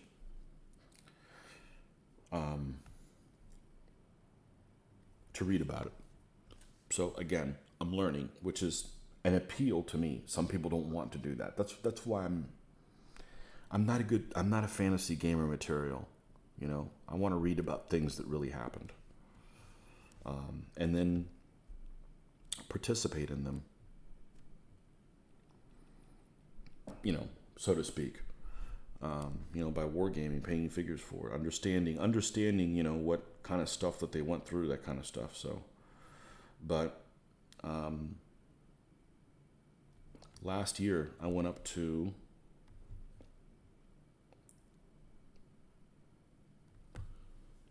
what's the name of the place? We went to Brunswick, Georgia, St. Simon's Island. There's a battle that took place there in, I want to say, the War of Jenkins' Ear. Austrian succession stuff. And between the Spanish and the British. Fort Frederica, that's what it's called. And I knew nothing about that stuff. And I went there, read all this stuff on there, and the next thing you know, I'm reading about it, and I'm like, okay, who makes figures for this? I wasn't going to get into it, because, I think that that period would be probably very linear and not a lot of options of what to do, but, it got me interested in reading about some of the history about what happened. So, yeah.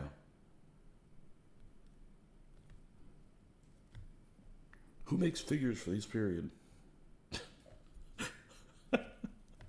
Surfing figures.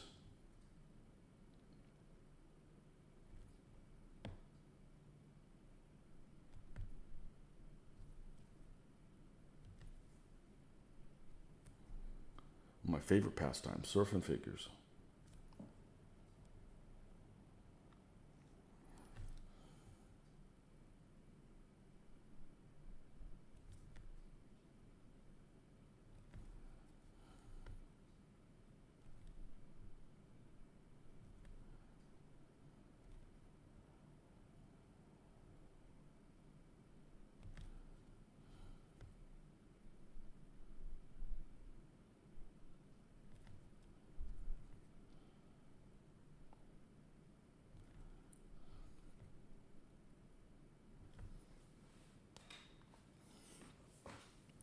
Dun, dun, dun. I think the repetitive painting of their uniforms would put you off, to be honest. I could see that. Painting a DBA-sized army Maurice size will probably cause you to quit before you finish. Was the 7 Years' War the one we started? Who you callin' we?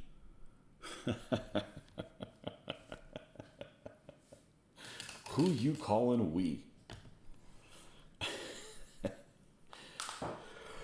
Oh.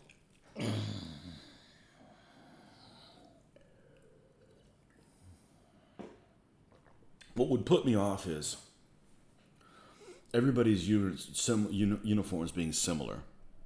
So that's why I'm not a big fan of the Napoleonic period, because everybody had similar uniforms. Yes, they had different this and different that and different facings, but they're all the same style. I think that would make it boring for me. I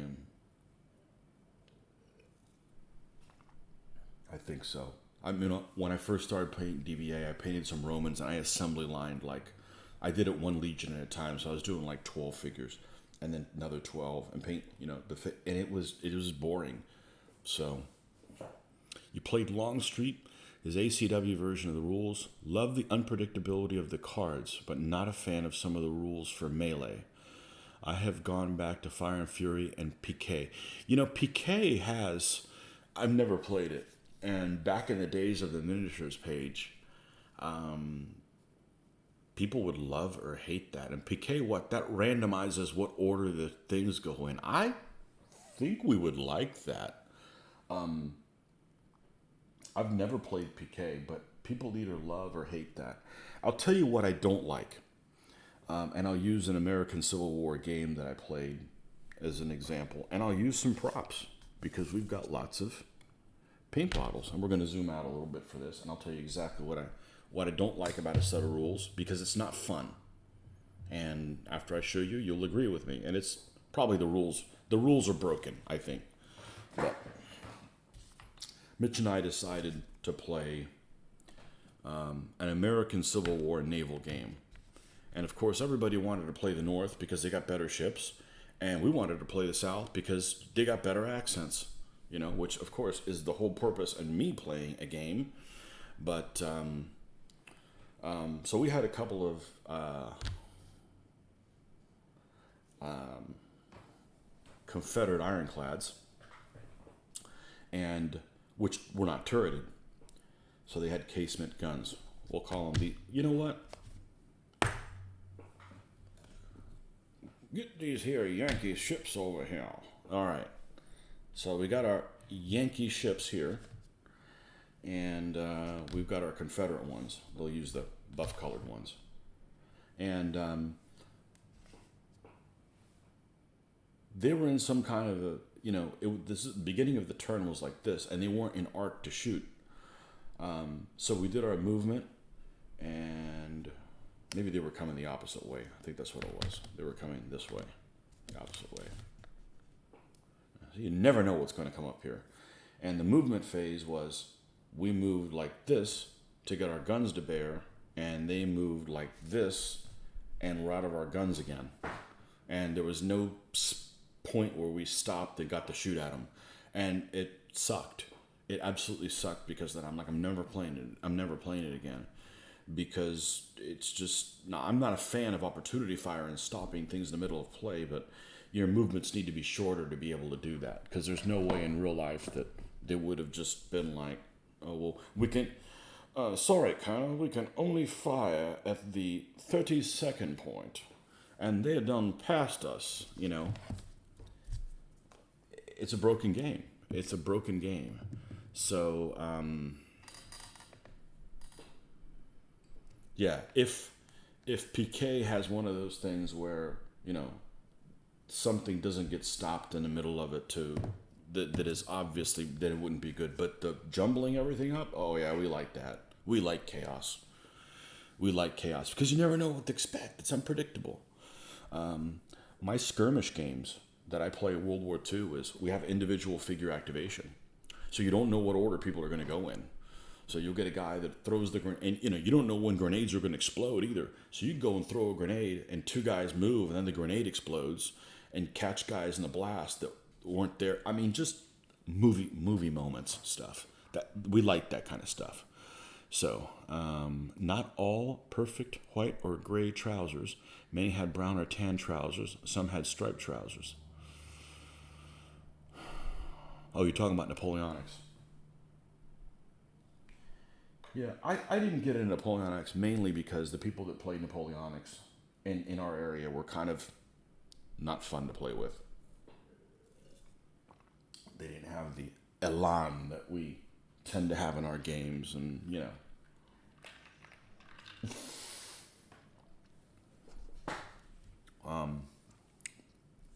Not opposed to the period, just.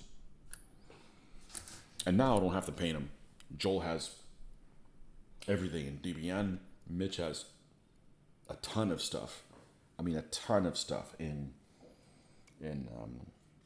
for Napoleon's battles. General d'Armée. No, I'd play that too, but I'm not going to be the point man. I've really Meaning, I'm not going to learn the rules and teach everybody them to do. I just don't have it in me anymore. I don't know whether age, like I'm that old. I don't feel like I'm old at all. I don't feel like I'm older than 25. But I just don't want to do it anymore. Between work and, and getting burned out trying to find everything in DBA and I just don't want to do it anymore. It'd be easier just to come up with your own set of rules that you'll get right every time than try to play something else that you may not like that that would work. But I don't think it's a good idea to create a set of rules for a period that you're not really familiar with. I think it's probably a bad idea all around.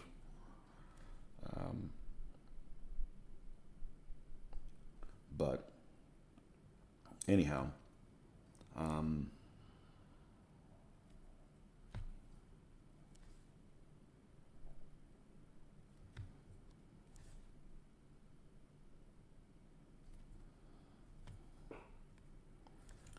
I have a finite amount of time to paint, so I definitely don't want to paint something that will play for a year and then not want to play it anymore. So I think painting these ancients is probably a really good investment. Pretty sure 20 years from now, still going to be playing some kind of ancients game. And by ancients, I mean, medieval as well.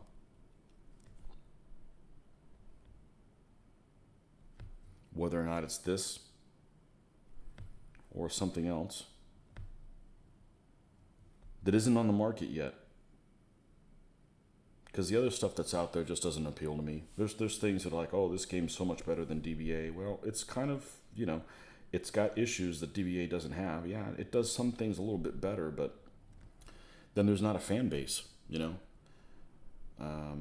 that's an appeal to this game, is that you can go to different parts of the world and people play it.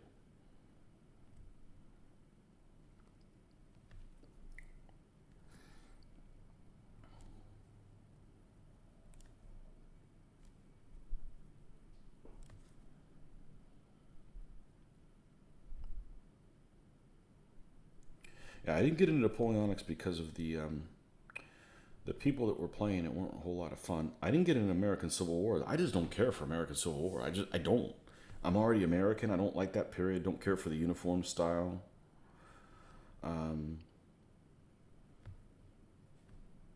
My ancestors weren't here yet. Or as I like to say, they were and then they left. It's like, what, there's no gold and no air conditioning in Florida? We're leaving. We'll come back when, at least one of those two's been invented.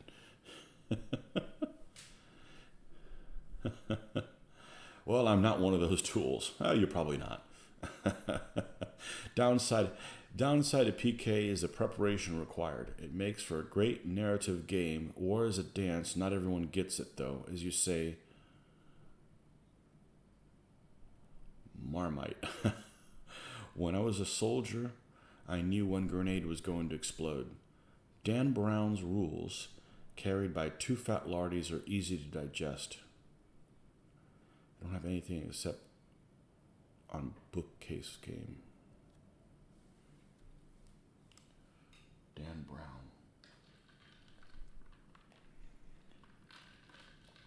Can't be the same Dan Brown that writes the books, is it? I always get those mixed up. I'm not talking about the guy, Dan Jones. Dan Jones' books are freaking awesome. That guy's awesome.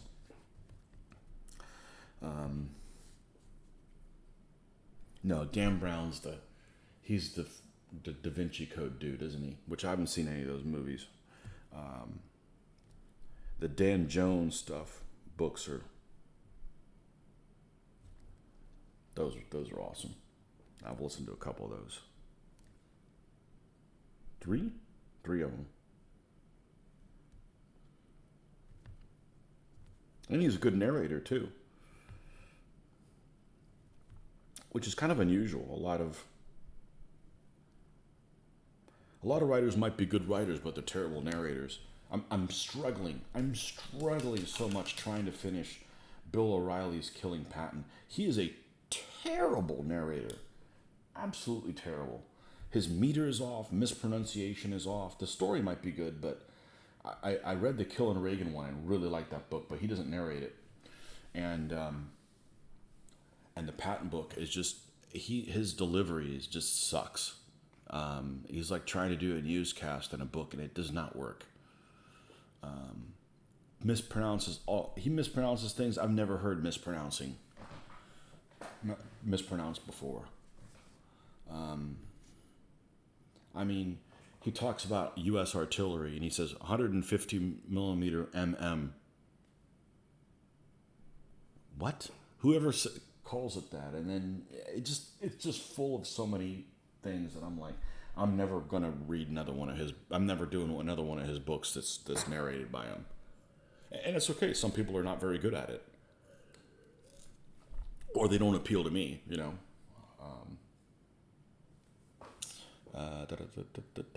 Sorry, Dave Brown. Okay, Dan Brown did Pickett's charge rules, which are interesting and influenced by DBX pip mechanisms.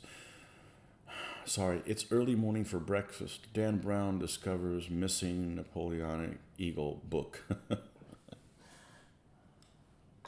Yeah. Yeah, there's several narrators on Audible that I'm never doing their work again. And unfortunately, one guy in particular is frickin' prolific. So I gotta avoid him like the plague. And he's bad too.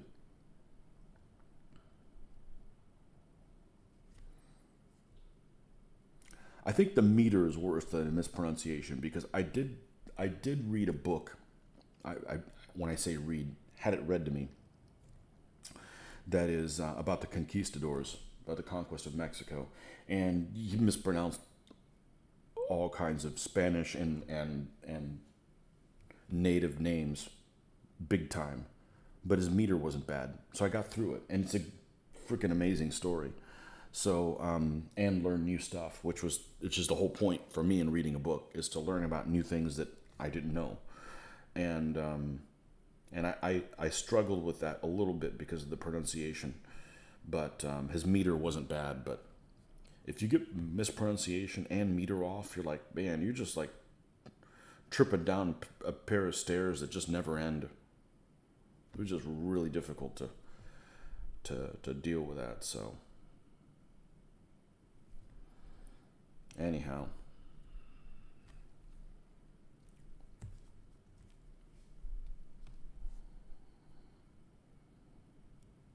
and then there's some books that are just like the best thing I've ever listened to. You know, because the story's good and the narrator's good. So it's a mixed bag. It's certainly a mixed bag. But it's the way I can get through books, because I can listen to them on the drive to work, on the way back. I don't mind waiting because I have something to listen to, you know. So, my favorite narrator is Bernard Cromwell. Huh.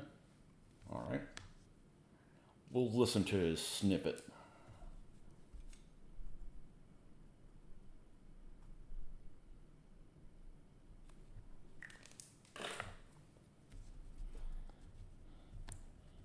We'll see what he has to offer.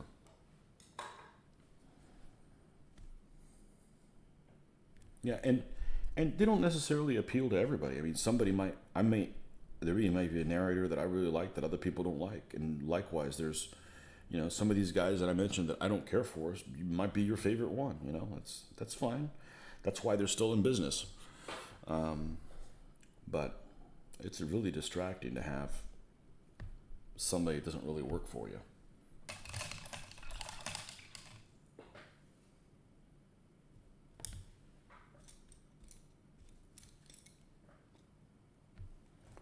Get in here with some more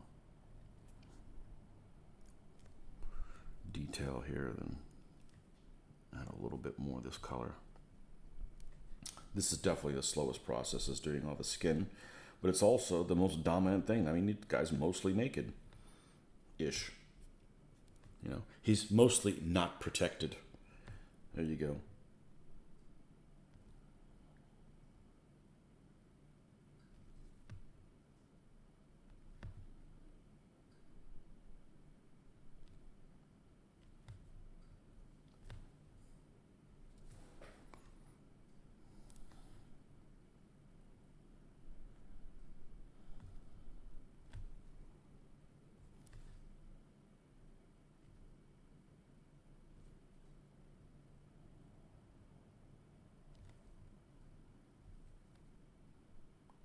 The best guy for pronunciations that I've ever listened to is Dan Jones. Dan Jones frickin' hits everything on the mark. It seems to me he pronounces Spanish names correctly. He pronounces French names believably. I don't speak French, but, you know.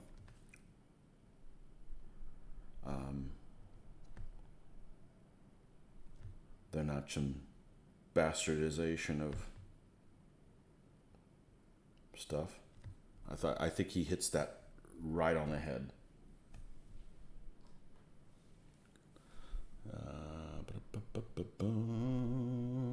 In my experience, there has been a few times in the gaming community achieved mass acceptance.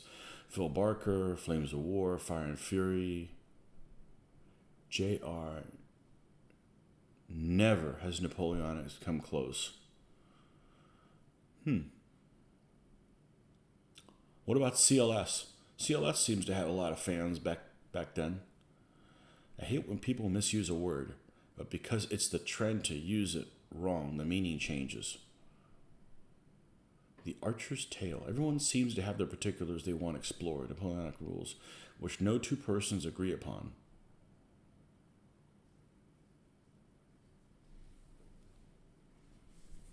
I don't know. Okay, so for you Napoleonic fans,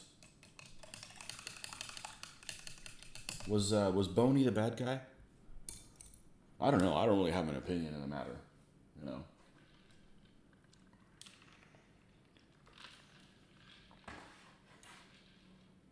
Revisionist history. Was Alexander the Great a bad guy? I don't think Alexander the Great was a bad guy. I mean, yeah, he wanted to conquer things, but so did everybody else, you know.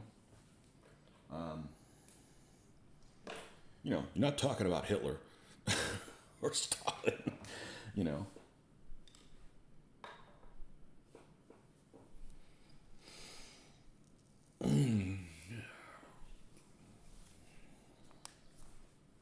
Is that an American way to look at things? Okay, who's the bad guys?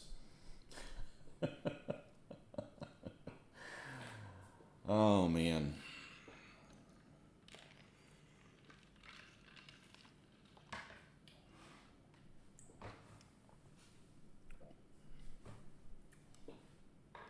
Was Napoleon a bad guy? I know. I honestly don't know. I haven't looked into it. I don't see Napoleon and immediately go, oh, bad guy. You know? I mean, he's not, like I said, he's not Hitler.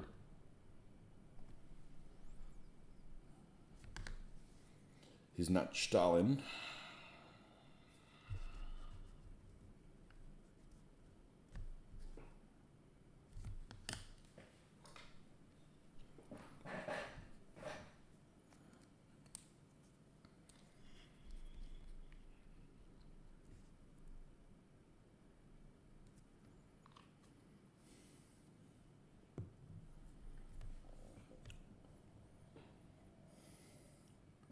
One of the things I always remember about my dad is my dad never understood why the Allies ever dealt with Stalin.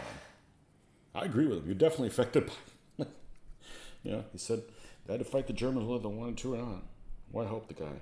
Well, the thing is, it isn't that as much as they were trying to, a couple decades before, they were trying to take the communists out. Now you're going to help them? I don't know.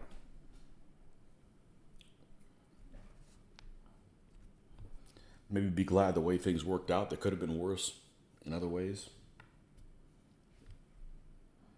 Alternative history.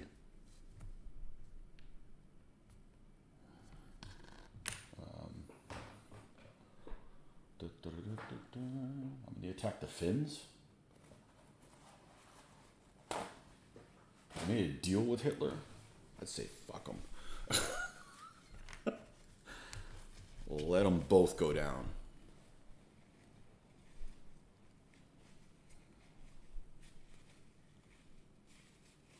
You screwed the Poles. I wouldn't have dealt with them. I wouldn't have dealt with them.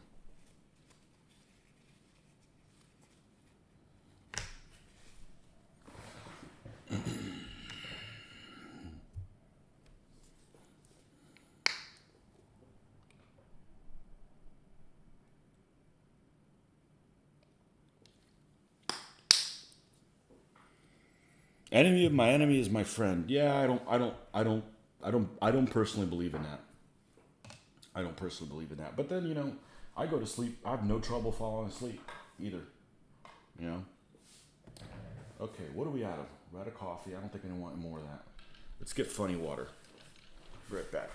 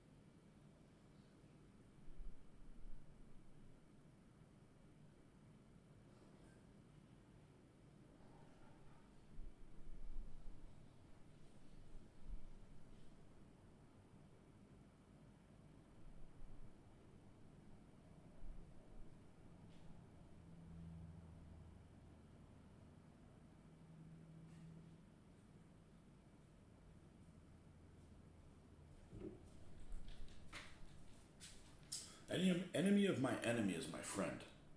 I agree that to a certain degree. If it's people that haven't done you wrong or aren't completely opposed to how you think, sure. But they freaking split up Poland, man. He attacked the Finns. The Allies supported the Finns. I don't know. Maybe I wouldn't be good at global power plays.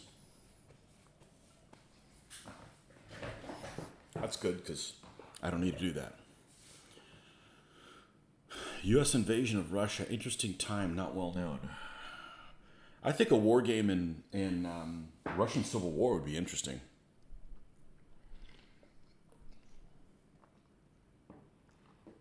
But I tend to look at things maybe differently than most people. Naps are played en masse every weekend in the UK at weekly conventions. The Perry Brothers retail sales alone discounts that.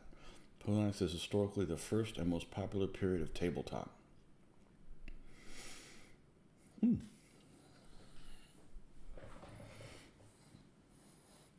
I would definitely play Napoleonics before I play American Civil War. Because Napoleonics, you have different nations, and that's what appeals to me, is the different civilizations, nations, whatever it is, that you can play against each other. Not like, well, we're all American. Well, I'm out. I mean, it just doesn't interest me, And Napoleonic period is more interesting than American Civil War, for that matter.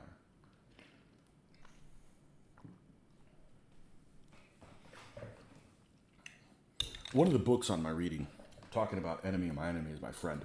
One of the books on my reading book for Audible. I haven't gotten to it yet because it's gonna generate zero gaming interest.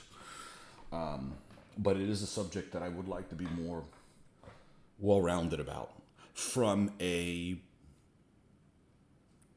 centrist view. How about an objective view? Because it's a subject that I would imagine that has a lot of polarizing opinions about. I have my own opinion, and I would like to see how that would change based on my reading of the subject matter. But I'm not interested in gaming the period. And that particular period is the Spanish Civil War. I have my own opinion, in which I think that I don't think there was one side that was better than the other. They both had their bad points.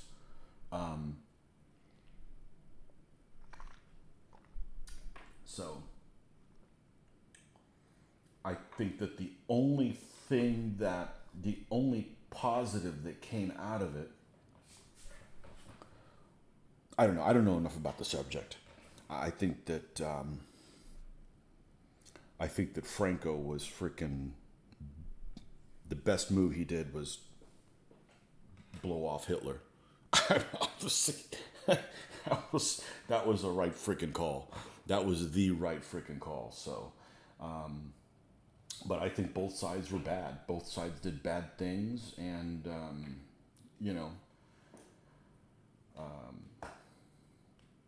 But then that's how I view those two ideologies. You know, they're both bad.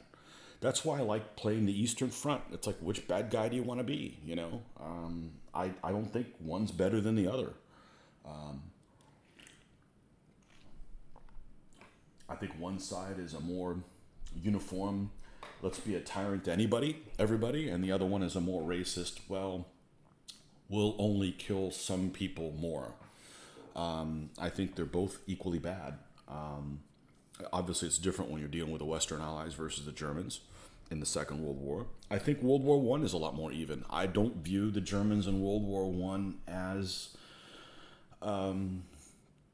I don't know enough about the Napoleonic period, but it would seem to me that if I viewed Napoleon as the aggressor, and therefore technically the bad guy, I would probably view the World War One Germans in that same light. Not necessarily that they were evil or something like that. Anyhow, that's... But with all that said, I'm not opposed to gaming any of those nationalities, you know. I know some people, they're like, I would never play the whatevers because they did to my folks or, you know, whatever. And I can see their point in that. I don't have...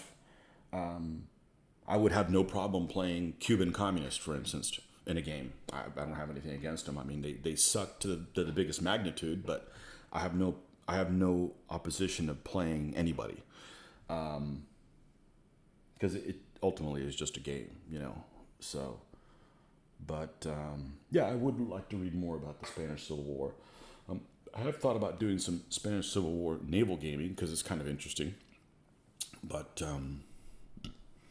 You know, the case of them using the same set of rules, I don't know, same level of engagement, grand tactical, American Civil War, different states. I don't know, I see them the same thing. They're all Americans. Everybody's got the same damn last name. That doesn't appeal to me. If it appeals to you, that's cool.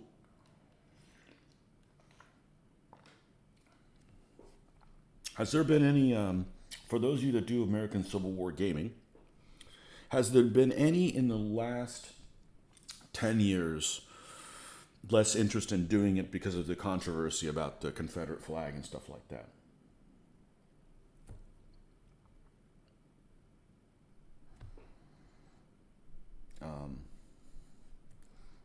And a lot of it, you know,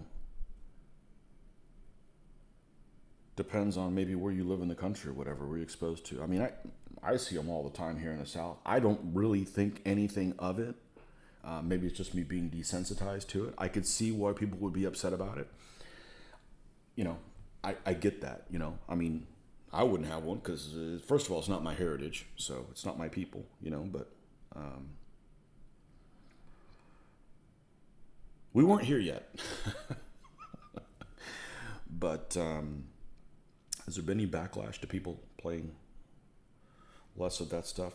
What I have played American Civil War, I always want to play South, okay? Because I'm from the South, technically.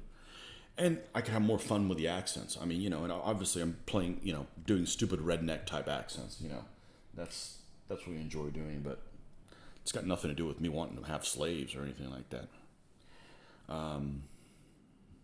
Alexander slaughtered thousands of civilians in retribution. Okay, but was he that much worse than the people that he faced? I don't think so. I mean, I don't think so. I don't view him as a bad guy. Like, oh, Alexander the Tyrant. I just don't.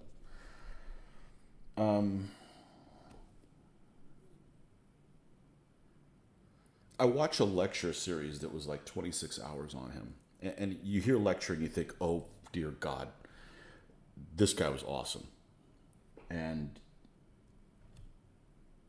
I don't know if I got done knowing any more about him after the lecture series, or really changing my opinion of him. But it seems to me that it's a combination of things. If his dad hadn't built up the force, and not really built up the force, but really had the sub commanders that he had, we wouldn't have known about him. And it's not saying he wasn't good, but he was definitely daring. And he was talented, but he couldn't have done it without the sub commanders. He had a lot of people on his team that was a well-drilled machine. And I think he was lucky, which is always important. That's not to downplay that it wasn't, whatever opinion you have on him, but just trying to be objective. I think that he had really good timing, and he was decisive in what he did. A lot of commanders ended up losing battles because they didn't seize the moment. Now, sometimes you seize the moment and you do the wrong thing at the right moment, and then you're screwed. But that was a really interesting lecture series it was on Audible, and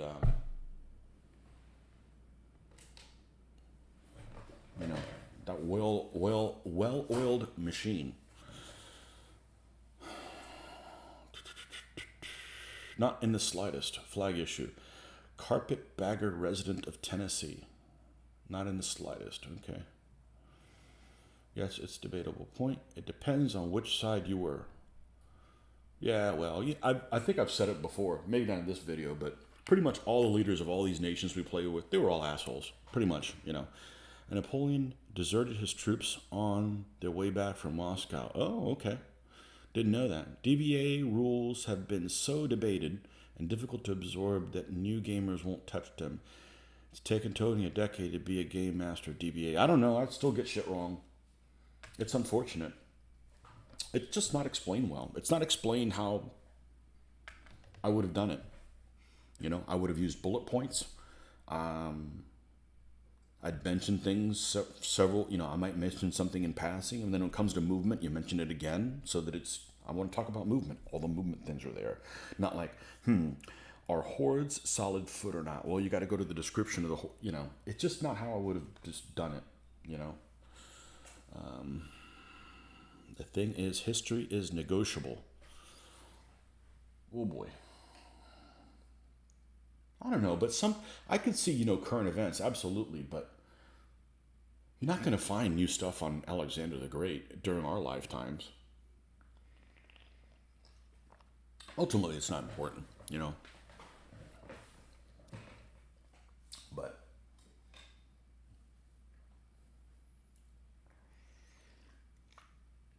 interesting character. Sure.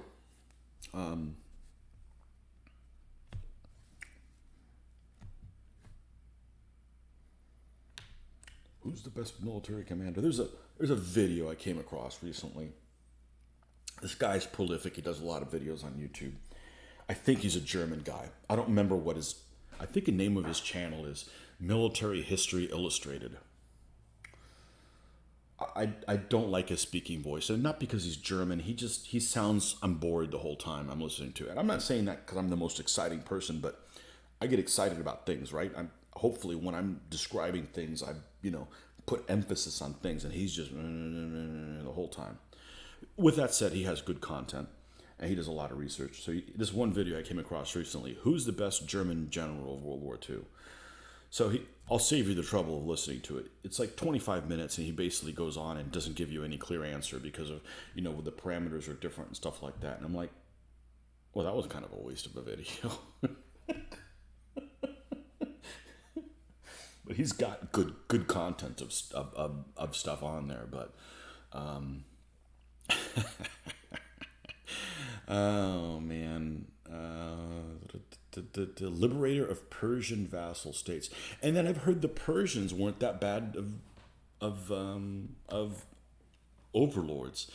The problem with the Persians is it seemed like, well, what I've read, and I haven't read a lot into it, but the Persians were like really bad at offing each other's brothers. It's like you know, the main guy in charge would have like 5 sons, and when he died, there was like they're all gonna fight each other, you know, and that probably really weakened their state. I mean, their state was around for a while, but it still weakened it, you know, from the inside when you're having civil wars. You know, that's never good for your own stuff. But yeah. Milk toast opinions are dismissed generally. I'm going to have to look at that. Milk toast. What, ones that aren't very? I don't even know what that means. I'm an American. We don't speak like that. The rules were developed at a certain point in time. Things that gave me ideas changed up as people don't learn them. Okay. Barker-esque was the number one issue with learning DVX. Yeah. Yeah, I actually don't think it's the language that he uses. I think it's the way the rules are organized or smushed together. You know, they say that one of the problems with DBA is it doesn't have enough words. I think that there's not enough punctuation. You know, say something and like you're done with it. Then the next sentence, you know, and but that's fine. That's how he wanted the rules to be. You know, he wanted to torture us all. Okay.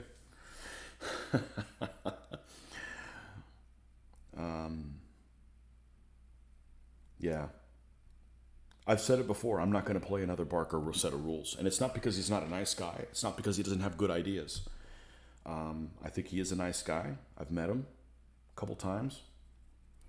And he's brilliant in a lot of the ideas that he's come up with. But the problem is you have to do so much surgery to figure out exactly how to play the rule correctly.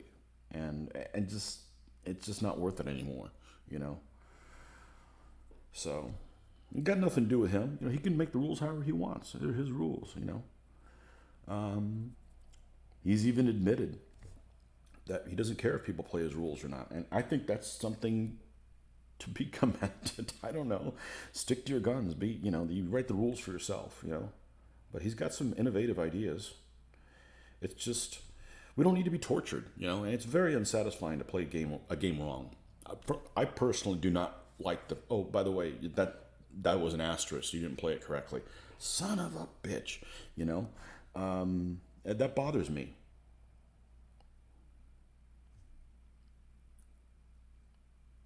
But I'm not playing another set of his stuff. It's just I don't have it in me anymore. I'm not going to learn how to play that. I'm not going to teach other people how to play in his rules. Maybe I should say that. Yeah.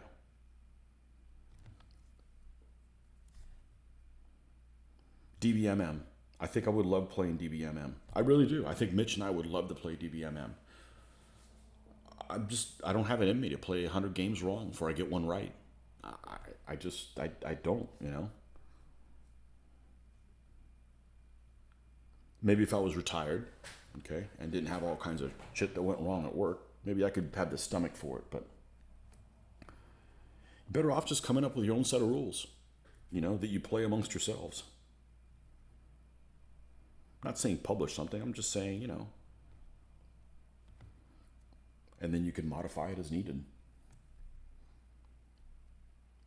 Because whatever is in some set of rules, you'd be thinking, you know, I would have done this differently, and I think make a better set of rules. No matter what it is, there's something. It might just appeal to our group, you know, but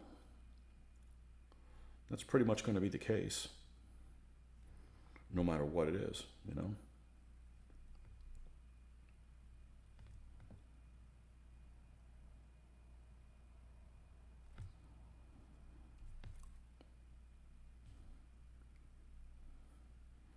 But the rules are there to kind of give you a reason, at least for me, to paint the figures.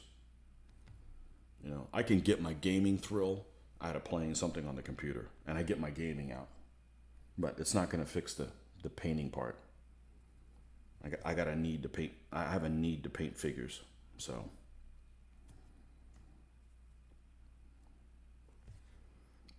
A computer game is not going to scratch that itch.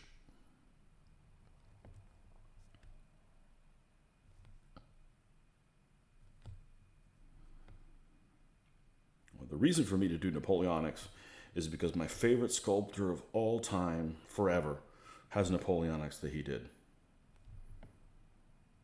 And, man, I love that guy's work. Dave Alsop. Freaking love that guy's work. I don't have any heroes, but if I did, it'd be him. Hopefully he's not a communist, or wasn't a communist. But I love his sculpting is just unbelievable. He just... love it. That's what we got into doing 20 millimeter World War II is Hotspur range of figures, or well, they ended up being combat miniatures by the time we got around to them in the early 1990s. But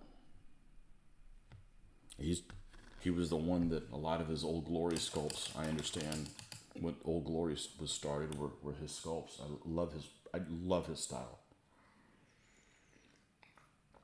So there'd be zero debate about what figures I would paint. It would be his.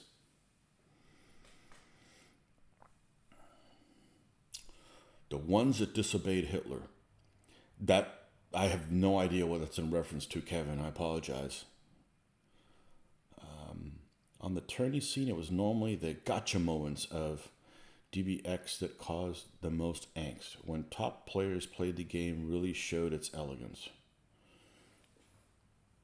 I remember I played DBA 2.2. I had the Saloy ambush pulled on me one time, and I'm like, ooh, I like this. So why did I like this? I came from a naval war game playing background where people wanted to disrespect such destroyers. And destroyers have that little thing called torpedoes that just really evens things out, especially when people don't respect them. And it's not like I just wanted to play destroyers. I just think that everything has a place. And when you belittle something that has a critical place, you just deserve to have your ass handed to you to kind of straighten your attitude out, you know? And destroyers did that for me. I've won many games blowing up ships with torpedoes attacks and that kind of stuff. So Saloy kind of became that kind of like that torpedo attack. And once I had that pulled on me one time, I'm like, that was like my go-to move. I mean, I wouldn't do it every time, but you know, if I did it. So I ended up playing somebody from a faraway place, and they didn't know about that, and I pulled it on them, and their entire focus the entire game was trying to kill that one Saloy that had ambushed and killed one of his mounted troops that were in the woods. And it was kind of hilarious, you know. It was a gotcha moment. And then I don't think he was offended by it, but he did say that he was going to take that move back home and straighten his people out. Perfect. Share the love. So there is no equivalent to that. I thought there was no equivalent to that in DVA 3.0, but I think that there is. I think that the equivalent to the Saloy ambush is the tie that blades have on knights, quick killing them. And I love to do that. I will take freaking blades into knights every time to try to get that tie. It happens pretty frequently, you know. That's my, I don't know, that my signature move now. I don't know. I certainly enjoy doing it. Knights just misbehave all the time when I'm at the helm.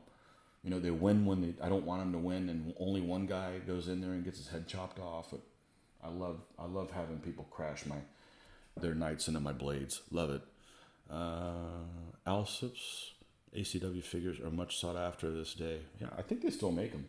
You know, Ragged Rebs or something like that. Guys in all kinds of different poses.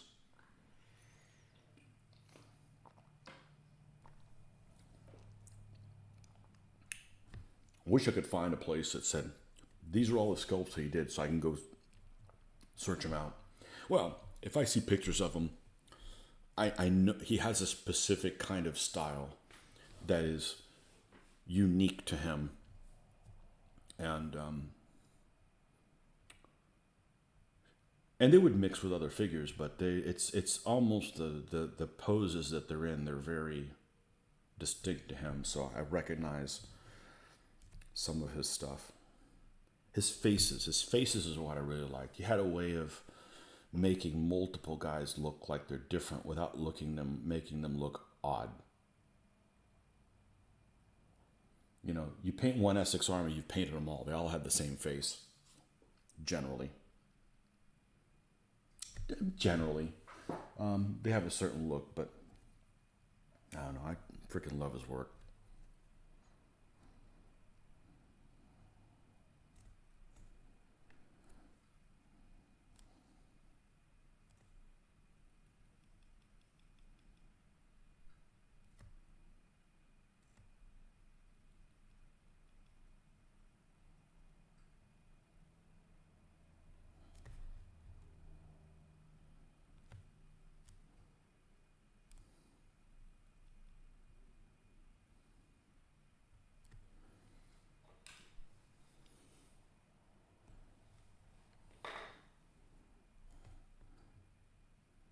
Yeah, his.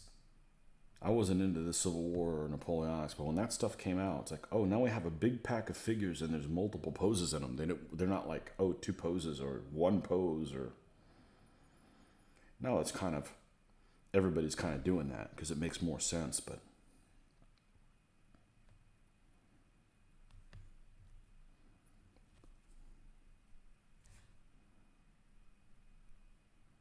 Yeah, it'd be nice to have somewhere it's like, okay, he did these figures for this, you know, like what Old Glory sculpts did he do? I guess I could just go through them all, you know.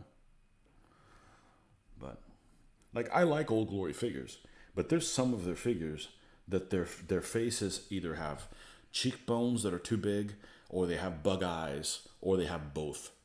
Um, there was a there's a figure manufacturer called, I think they're still around, called FAA, Figures of Armor and Artillery, when we were doing World War II. And all their figures all had the same face, and they all had huge cheekbones, and I couldn't stand them because of that. They were prolific. They made all kinds of stuff for them, but I didn't really care for them. And I had some of their figures, and I know because I tried to paint them, and it's annoying, you know, but yeah. Now, with that said, it's a better sculpt than I would do, you know, but um, they didn't appeal to me to pick them up and paint them.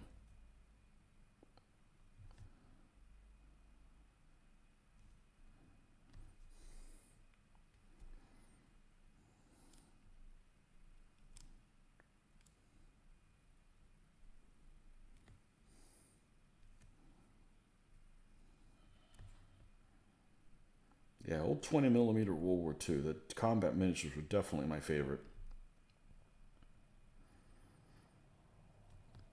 I guess there was ABs as well. People love ABs. I think ABs are probably the most realistically shaped World War II 20 millimeter 176 scale figures out there.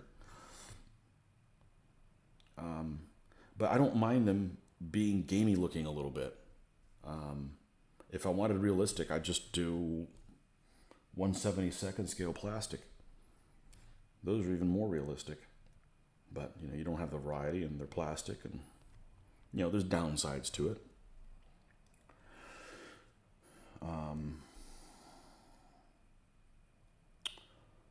SHQ are all kind of boring poses, every ones I've seen, and they have a very nondescript faces. Um,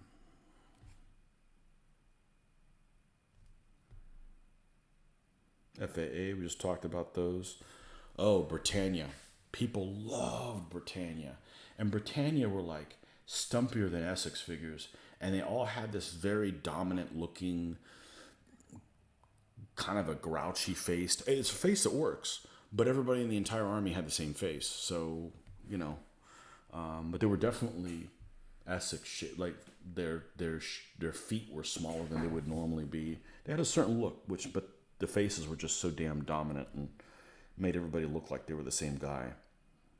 Well, they had a ton of stuff. I mean, a ton of stuff that Britannia did. Just wasn't a fan of their figures. Obviously, people were. That's why they sold them. You know. Um, And another favorite of mine is Mike Broadbent. He sculpts for Curacao. ABs, and then remember Platoon 20. Those are rather crude but cheap. I do remember Platoon 20. They were rather crude. Yep. Yeah, I remember that. I got some of their figures. As a matter of fact, there's one of those. So my World War II gaming, okay, it's all skirmish. And they all have surnames. Okay, so every person is a person. They have a surname on the back of them. I started basing them on pennies. You guys have probably seen them before. Do I have any of them up here? Yeah, here we go. I will preface this with, please excuse the shitty basing, because it is. Look, it was the 90s, and we didn't have the internet, and I couldn't share my... Did I lose Whitey again? Here we go. I couldn't share opinions with other people, but this is some of my Dave Alsop's work. Now, I think the figures are still painted okay. They need a flat coat on them. This guy's got a flat coat, but the basing is just abysmal. But these are some of the first figures I ever did using this layering technique, and I believe these are Games Workshop paints. These are Citadel paints that I used them in. Here's some of my Brits here.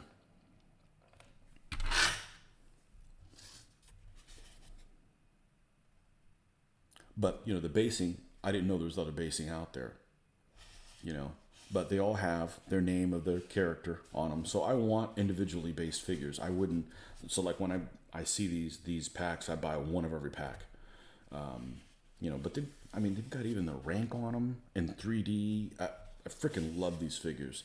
These are all, I painted them. They've got the little, on the top of the shoulder, the semicircle of the British unit they would have. I painted these guys up like 50th Infantry Division. Of course, they can't see the little two double T's that the 50th has on the black background. But, you know, one dot will have to suffice for that. But, yeah, I love these figures. And these are all Dave Alsop sculpts. And, great freaking faces. Just great faces. Anyhow. Love his work, man. Died way too early. Had many more things he needed to be done. Breakfast has arrived. Pancakes.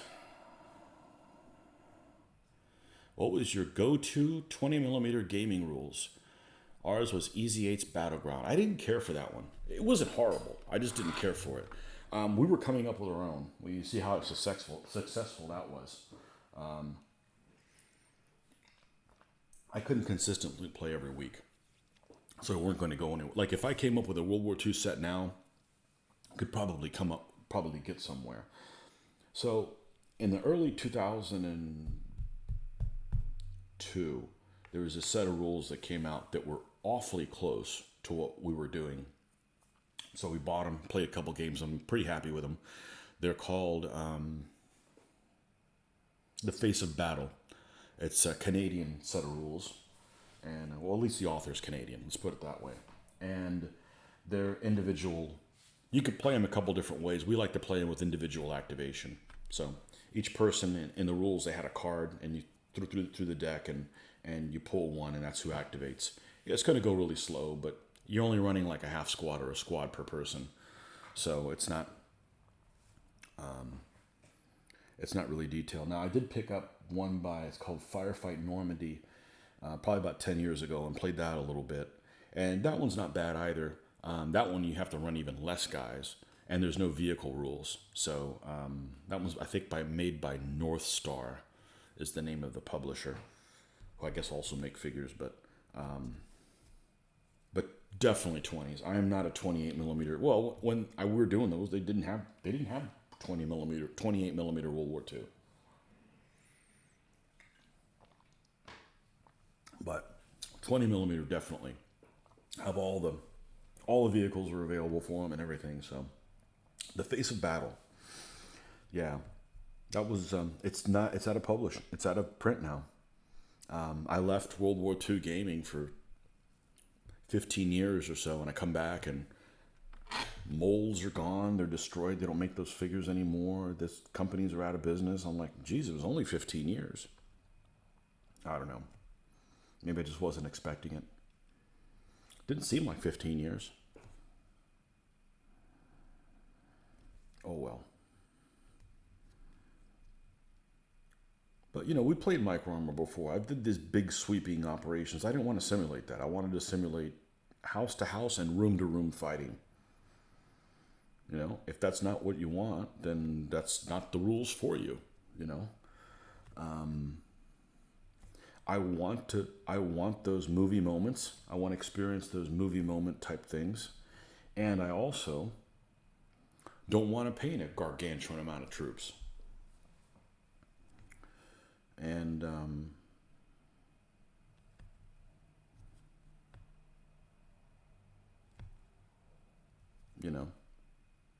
so you could have something like, say you're trying to take an objective and you've got a half track with a squad in there, and your buddy has a half track with a squad in his, and you operate together to try to accomplish whatever your objective is. It's that type of scale stuff, and it doesn't appeal to most people because I think a lot of people just haven't done, just like DBA. DBA doesn't appeal to a lot of people. Oh, there's not enough troops on there. Well, you haven't played enough games that don't finish to appreciate DBA. I mean, yes, it's not perfect, but that's the appeal to this. I don't have to paint a lot of stuff, and I finish every game.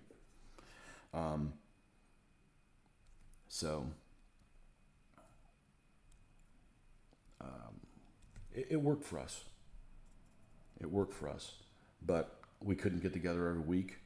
And my buddy moved away. He was in the Army, so we couldn't play regularly. And it was a game that you couldn't finish in an evening, which I don't necessarily have a problem with, but we just didn't have anywhere to leave set up. We could probably do that now at Mitch's place, but the reality is we're not going to have more fun playing that than we're playing this silly game.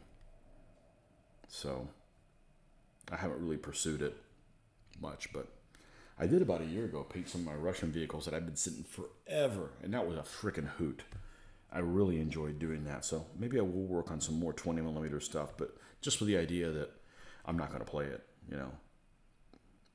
It's a big workload on me. Remembering the rules again, and a lot of things are intuitive. Unlike this game, because I come from a background of counting individual rounds, counting individual shells, that kind of stuff. If you're playing a war game, I'm playing a naval war game. We're dealing with actual units, not factors. So I'm not used to abstraction. So things are easier to understand when they're not abstracted, at least for me.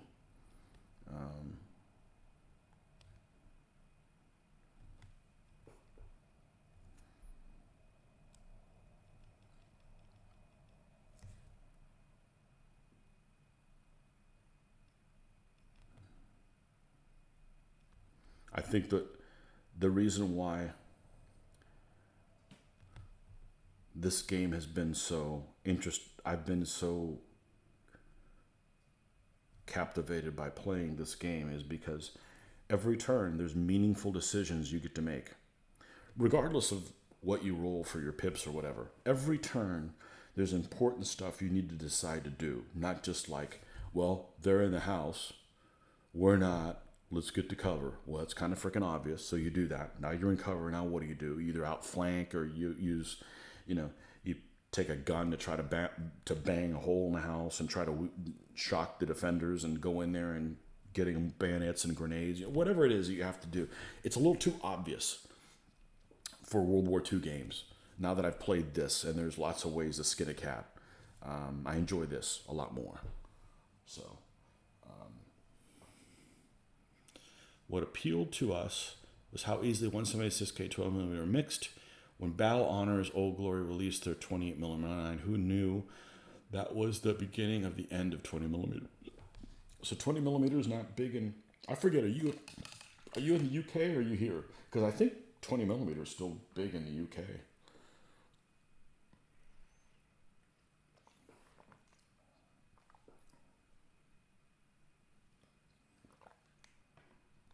I'm never doing. Don't say never. Yes, I'll say it to this. I'm never doing World War II in 28s. Never. Not going to do it. Not going to do it. I got too many things in 20s, and I love them. And Dave Alsop didn't sculpt those damn things. Didn't sculpt in 28s for World War II. Not going to do it. And I may not play World War II again in miniatures, and that's okay. I'm actually all right with that. It's too much of a commitment. I don't want to do it bad enough, you know? I don't want to sit here and hide in the back room and, okay, leave me alone while I figure out how to play these rules and play some test games with myself. I don't want to do all that. I want to do this. So if I wanted to bad enough, yeah, but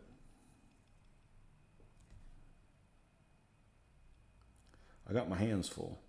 I certainly don't have time to do that and this needs to get done, so.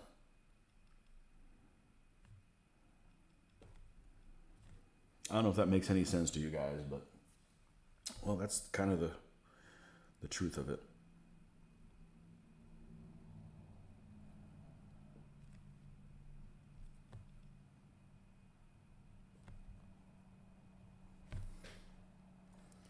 Well, this guy needs to be spend a little bit less time in the sun.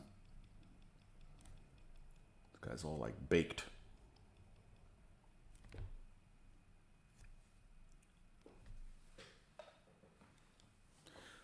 You're in Tennessee. Okay. You still use 20 millimeter for World War II? Nuts. I ain't been shot, mum. Force on force and chain of command.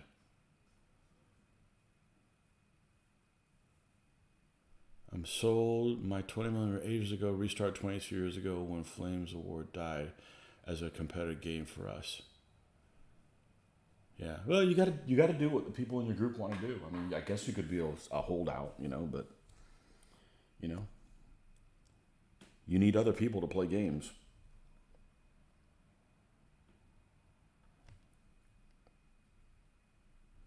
You need other people to play games.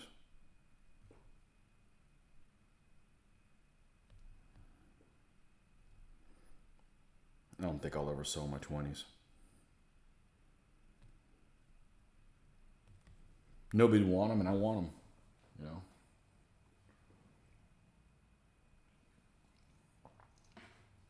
And I'm not a fan of the Pacific War and World War II. Not a fan of it. But I got some of Dave Alsop's combat miniatures, Japanese. Oh my God, there's some hilarious figures, man. Glasses and everything. There's some funny looking guys. You could have fun playing that, just massacring your guys in some charge and like laughing about it, you know.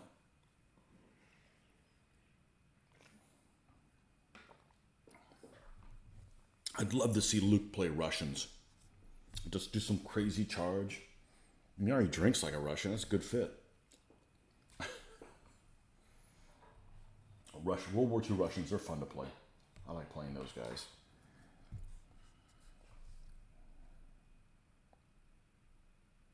Again, guys I like to play the least in World War II, Americans. I'm already American. Boring. You know, at least to me.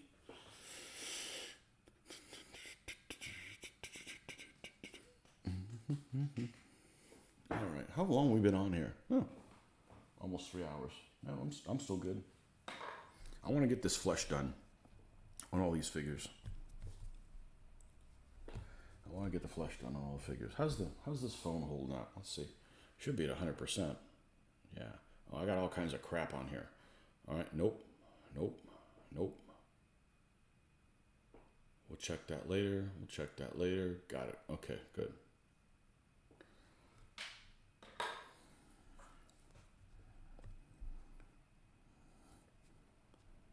So, yeah, we got the big games coming up next weekend. We'll see. We'll see how much of this army we can use. It's not like I'm only going to use this army over the weekend, but We'll try to work them in. It's the one I played the least. Haven't played them at all.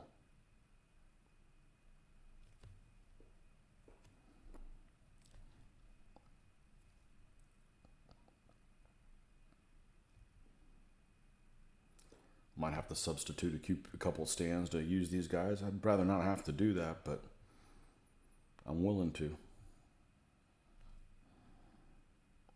No gaming video tomorrow night. That's typical, though. We don't usually game the Monday when the following week is just an entire weekend of games. Seems kind of ridiculous. Same thing like we don't game on the Monday after we've spent Friday, Saturday, and Sunday gaming. Seems excessive. So it'll be a little break in videos. If we have a really low turnout, I might film some games. We'll see. To be determined. We'll see. It'd be nice to get some new players on a video. So, have been playing my car battles game. I have not. We haven't played in over a year. Last time we played, we didn't finish it.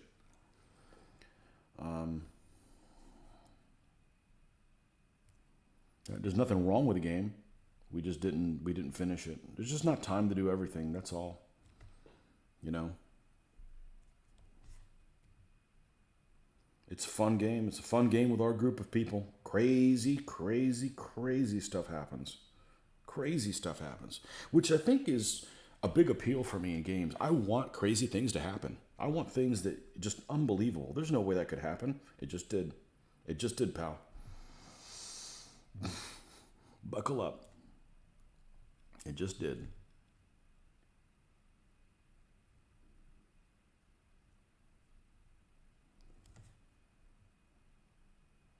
So we hadn't played in about a year.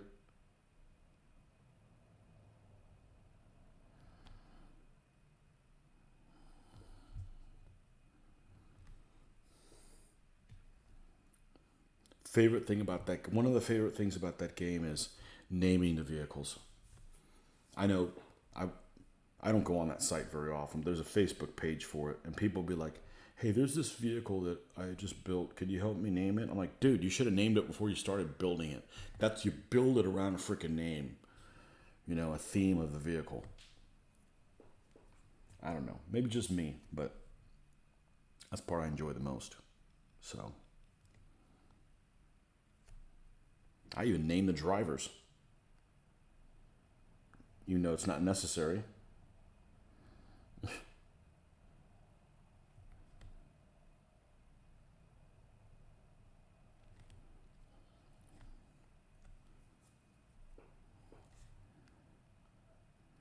That's why I would love to do that diecast racing stuff that those guys do on that video, but there's no way in hell I have the time or will give myself the time to do all the editing that they do. But those guys are really, I have a field day with all the creativity they have coming up with names and names of vehicles and the crazy stuff that happens. I love watching that, but that is a tremendous undertaking in what they do.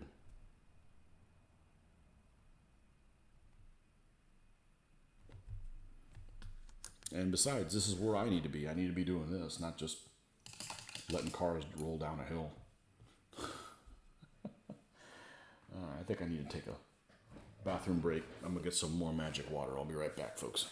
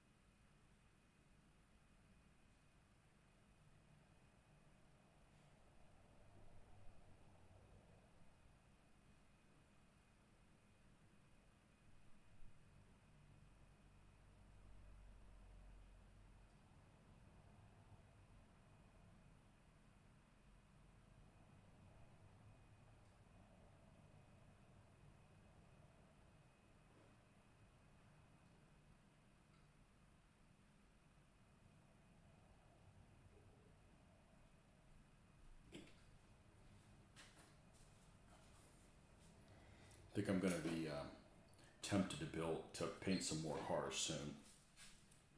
But I think what I'm going to do is I'm going to say something that's going to sound really strange coming out of my mouth. I'm going to try to not put as much effort into painting them, because some of those cars take 30 hours to paint. And I've never used them. I've never played the game with any of my painted vehicles.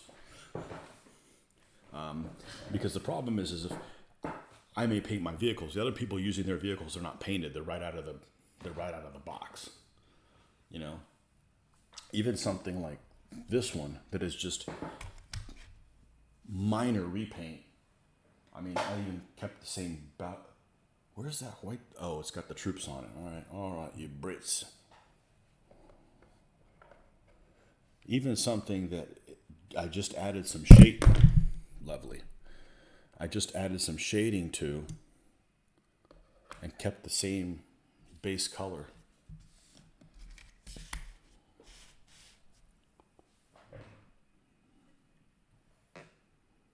Of course, I want to move it this way and it gets moved the wrong way. Thank you. This is just a standard Hot Wheels car. And, you know, the engine obviously was not that color. Dusty, can't you tell? It's sealed, so. You know, the lights weren't painted. Painted the lights. Everything was either chrome or this color, or clear for the windows. So, other people do better windows than I do. I just kind of like to keep them simple.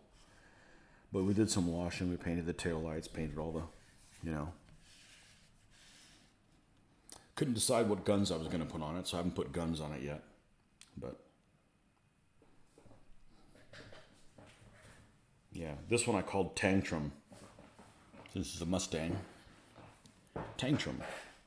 So we'll put some kind of rockets or something there on the roof, but I liked this color that it was, so I kind of left it that way, but added the little the wash where it needed to go, so forth. You know, it's just a basic vehicle, but even more basic than this. I'm just going to spray paint the whole thing black, and then just using dry brushing and stuff like that. And you know, yeah, these are the first 3 vehicles I did. And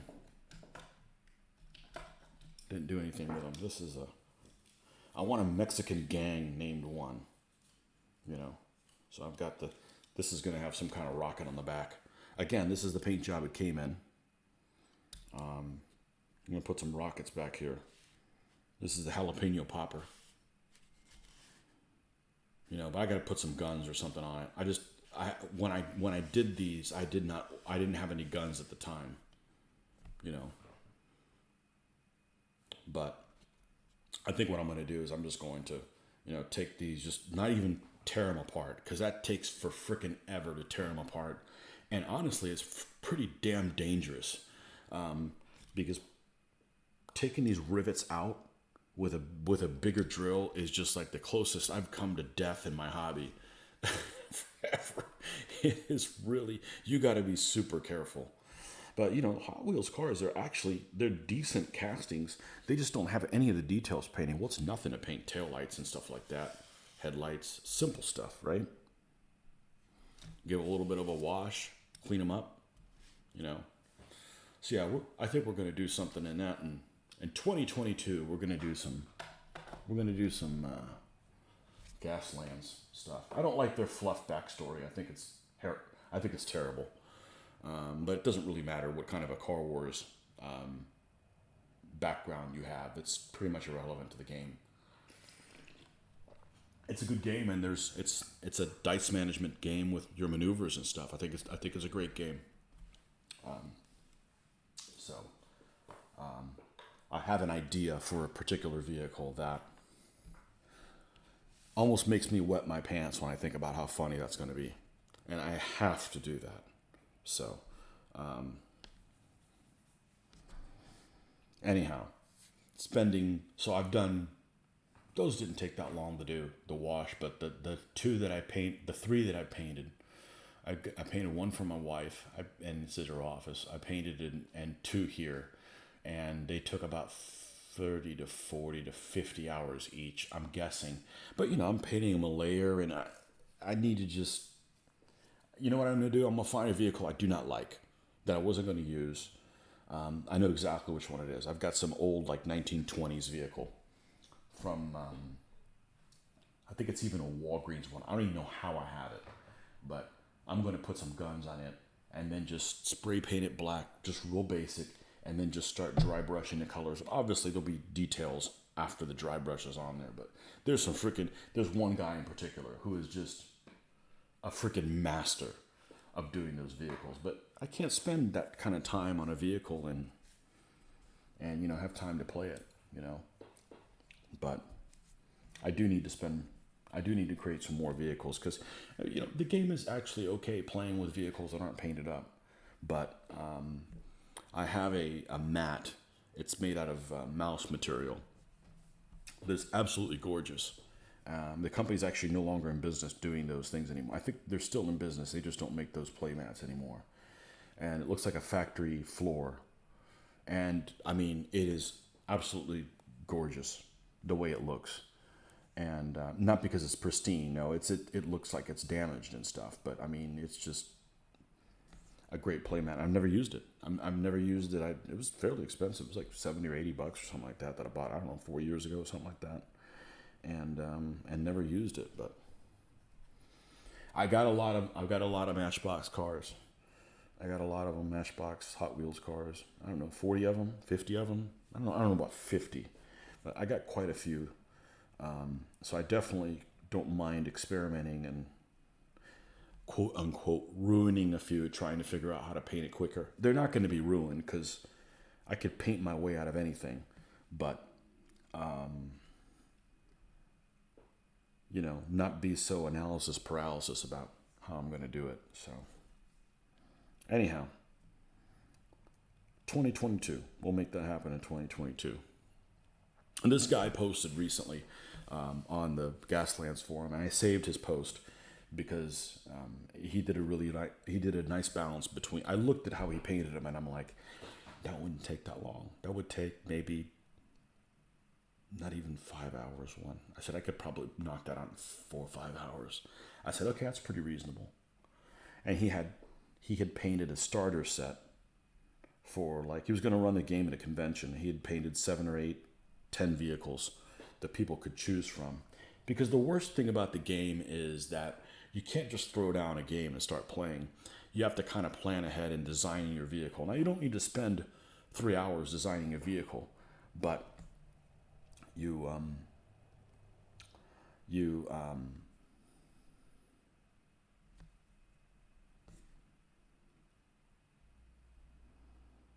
do need to, that is going to take some time. So when we've had a game, we have like, okay, well, we didn't know the game was coming, so everybody spend 30 minutes designing a vehicle, and of course, the vehicle doesn't necessarily match. So in other words, you may have a car and use a car, but it may have rockets on it, or it may have a turret on it, and the miniature doesn't have rockets or a turret. I would much prefer the vehicle to look like what the weapons the vehicle has. So I think that's what I'm going to do. I'm probably going to try to do a dozen or so vehicles that all have a mixture of different things, and then people can roll to see which one they get. And they'll all have cool names on it, and,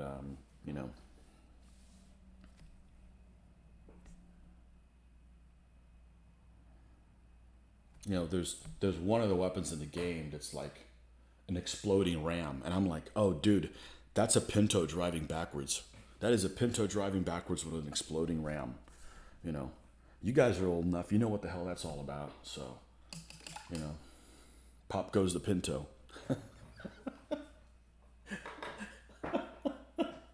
It's a great freaking game. It really is. Got to put the driver's name on the door. Yeah, but I can't write that small in all these different kind of scripts. Not everybody would have the same thing. What if he gets killed?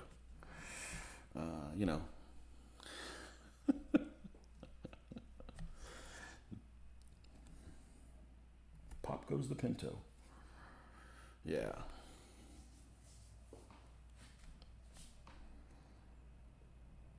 Yeah, I do need to do that. I need to spend less effort And you know what I mean by that. They're not going to look shitty. It's just not going to look like something that needs to be, you know, I'm competing with the best freaking painters on there, you know. And I think the secret is just paint, just spray paint the whole effing thing black. You know, don't tear it apart. I mean, yes, it has more detail when you tear it apart and you strip it, but that's just you're adding all kinds of, you know, levels to your output. That's going to slow your output down. I'm going to do one that way when I get around to it, and then just see and time myself how long it takes, because that's something that I haven't done enough of that I would like to do more of. Is paint those Hot Wheels. They're freaking they're damn near free, okay, and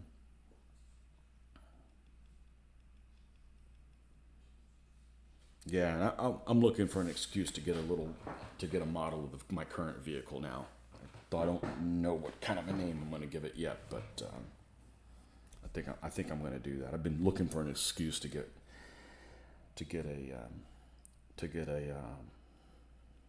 a Hot Wheels of that. But it's a fun game. It's a fun game, and you can't finish in a session because you if you can't plan out what it is. But if it's if I got a bunch of random cars, and you could just roll to see which ones you pick, or the point value on them, or you can figure something out.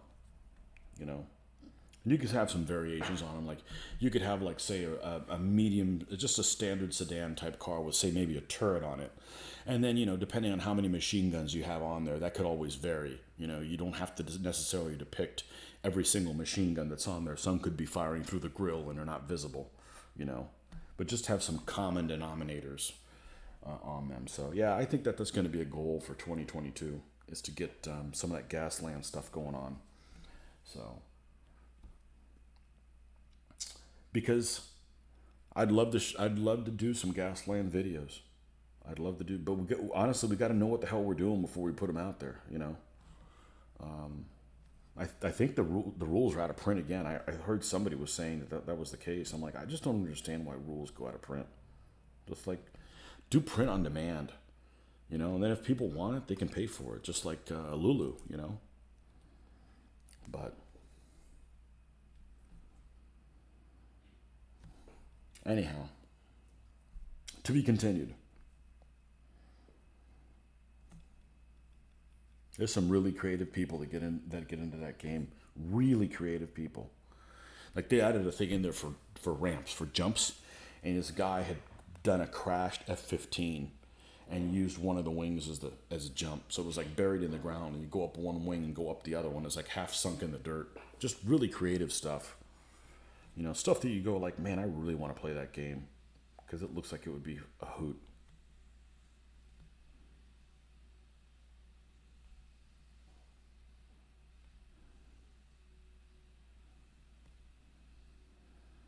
I'm not going to rush painting these armies, this kind of stuff, but Hot Wheels cars, yeah, maybe we'll do that.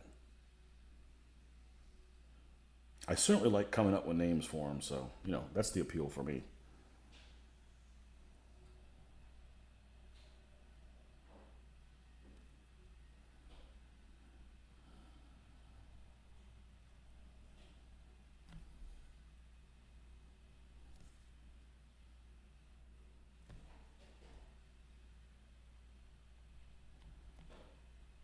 Oh, we got the other people awake. I'm going to have to check in with them here shortly and make sure that we don't need to stop or what have you. I'll be right back.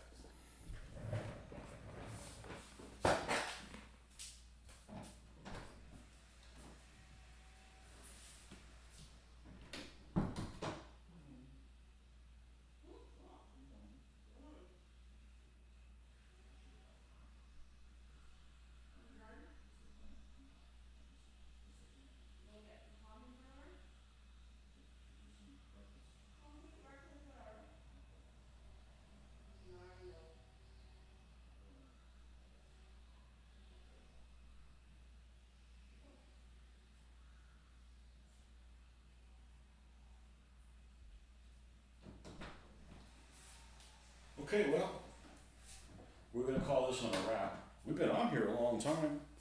Almost, 3.5 hours? No, 3 hours and 11 minutes. So, anyways, you've watched people on YouTube playing the game. Yeah, they're not having as much fun as we do. We have a hell of a time playing that game. Should rename it Watch Luke Crash. You should never be behind the wheel of a real vehicle.